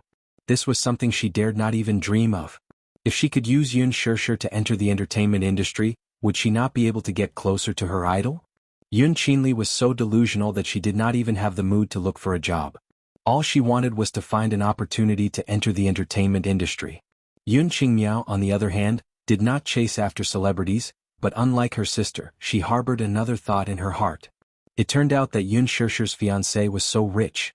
Not only was he handsome and tall, but his family background was also so superior. How exactly did Yun Shishir manage to hook up with such a perfect man? If she had such a boyfriend, she would wake up laughing even in her dreams. Jianghu, on the other hand, did not pay attention to these. The only thing she was concerned about was that since Yun Shishir was a celebrity and had such a rich fiancé, her family background should be extremely superior. She was focused on scheming. If she could hook up with Yun Shishir's family, given her relationship with Yun Shishir, they could be considered distant cousins. With such a rich cousin, she would not have to worry about glory and wealth for the rest of her life. In short, the 3 mother and daughter each had their own ulterior motives and different ambitions. Yun Qinli gave Yun Shishir a call and indirectly asked her how she could enter the entertainment industry and become a celebrity like her. How could Yun Shishir not understand the hidden meaning in her words? Alas, she was too busy preparing for the engagement, so she did not have the time to care about her. She gave a perfunctory reply and did not say much more. Yun Qinli was not discouraged though. She thought to herself that she would discuss this matter with her after the engagement ceremony.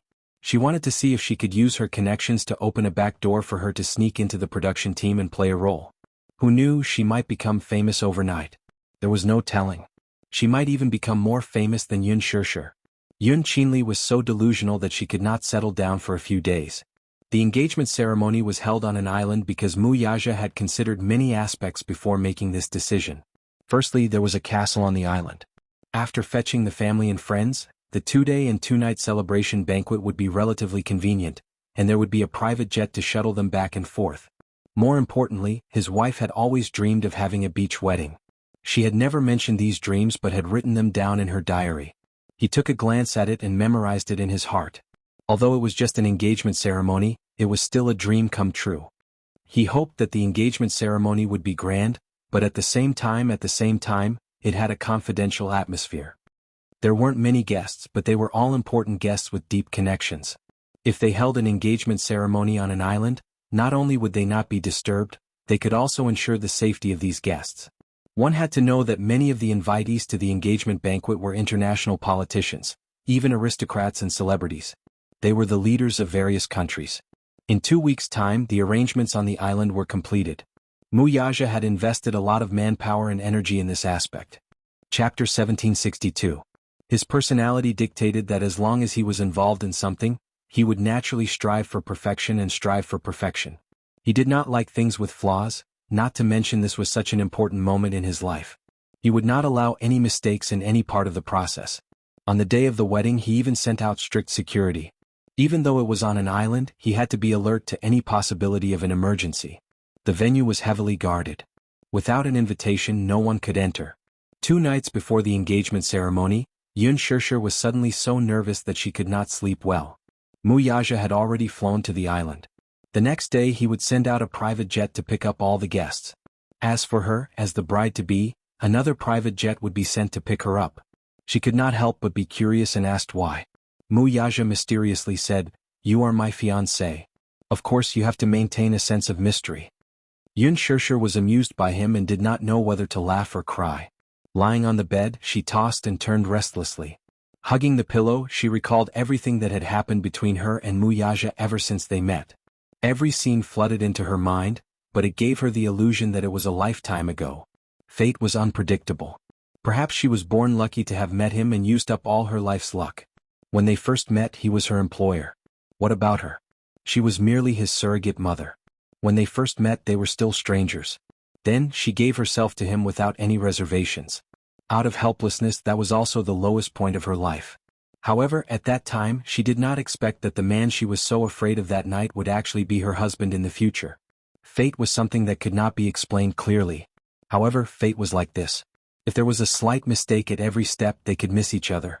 Yun Shishir was sincerely grateful that they were able to come this far. The engagement ceremony was imminent. Yu Yu and Xiao Yichen were also excited. Xiao Yichen complained that he wanted to be the microphone, but Yu Yu rejected him. "Idiot. It's an engagement party, not a wedding. There's no need for a flower girl. Mommy is not wearing a wedding gown." When Xiao Yichen heard this, he started chattering again.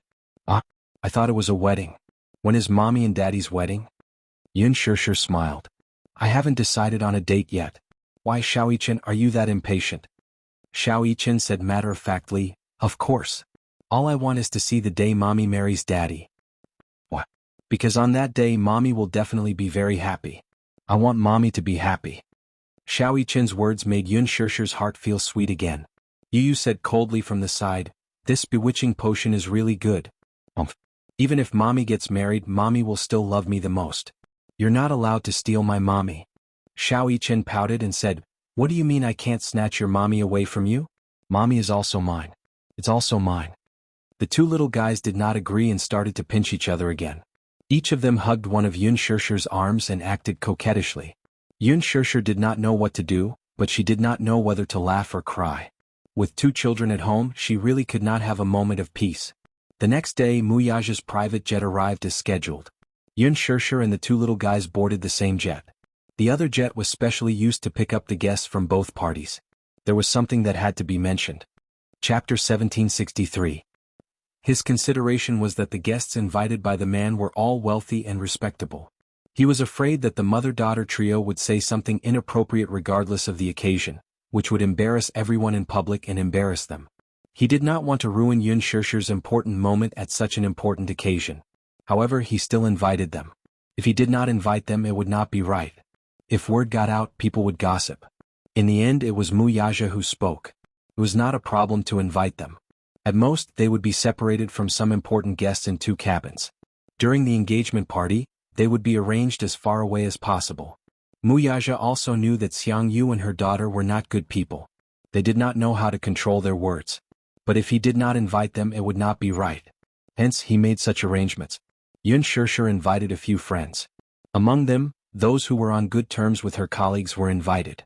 Xiao Shui, who was her best friend and future bridesmaid, was also invited. As for Jiang Li, she was the only one who was invited among all her classmates. The rest of them were all close friends of his. When it was time to board the plane, Xiao Shui was used to such situations, so she remained calm. Jiang Li, on the other hand, was completely shocked. When she was traveling, she had also taken a plane, but she had never been on such a luxurious plane. The solid wood seats, the luxurious decor and the luxurious furnishings in the cabin all showed the style of a noble. She even dared not sit down. More importantly, the guests invited by the groom were all dignified. Some of them had even been seen on important international news. They seemed to be very influential. There were bodyguards wearing sunglasses 3 meters away from them. They did not allow outsiders to get close. What was even more surprising was that a few politicians from a certain country were also invited. A few international politicians and members of a certain country's royal family, as well as the Prime Minister and President of Country X, were allocated to the VIP cabin. The important politicians and celebrities sat in a suite. Yun Shusher's guests sat in the same cabin as some business celebrities.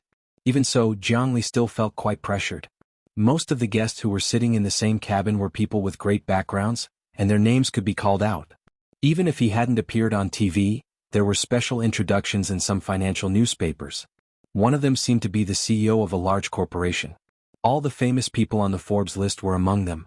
Sitting among them, she could not help but feel the aura of these big shots in the business world. It was as if Mount Tai was pressing down on her.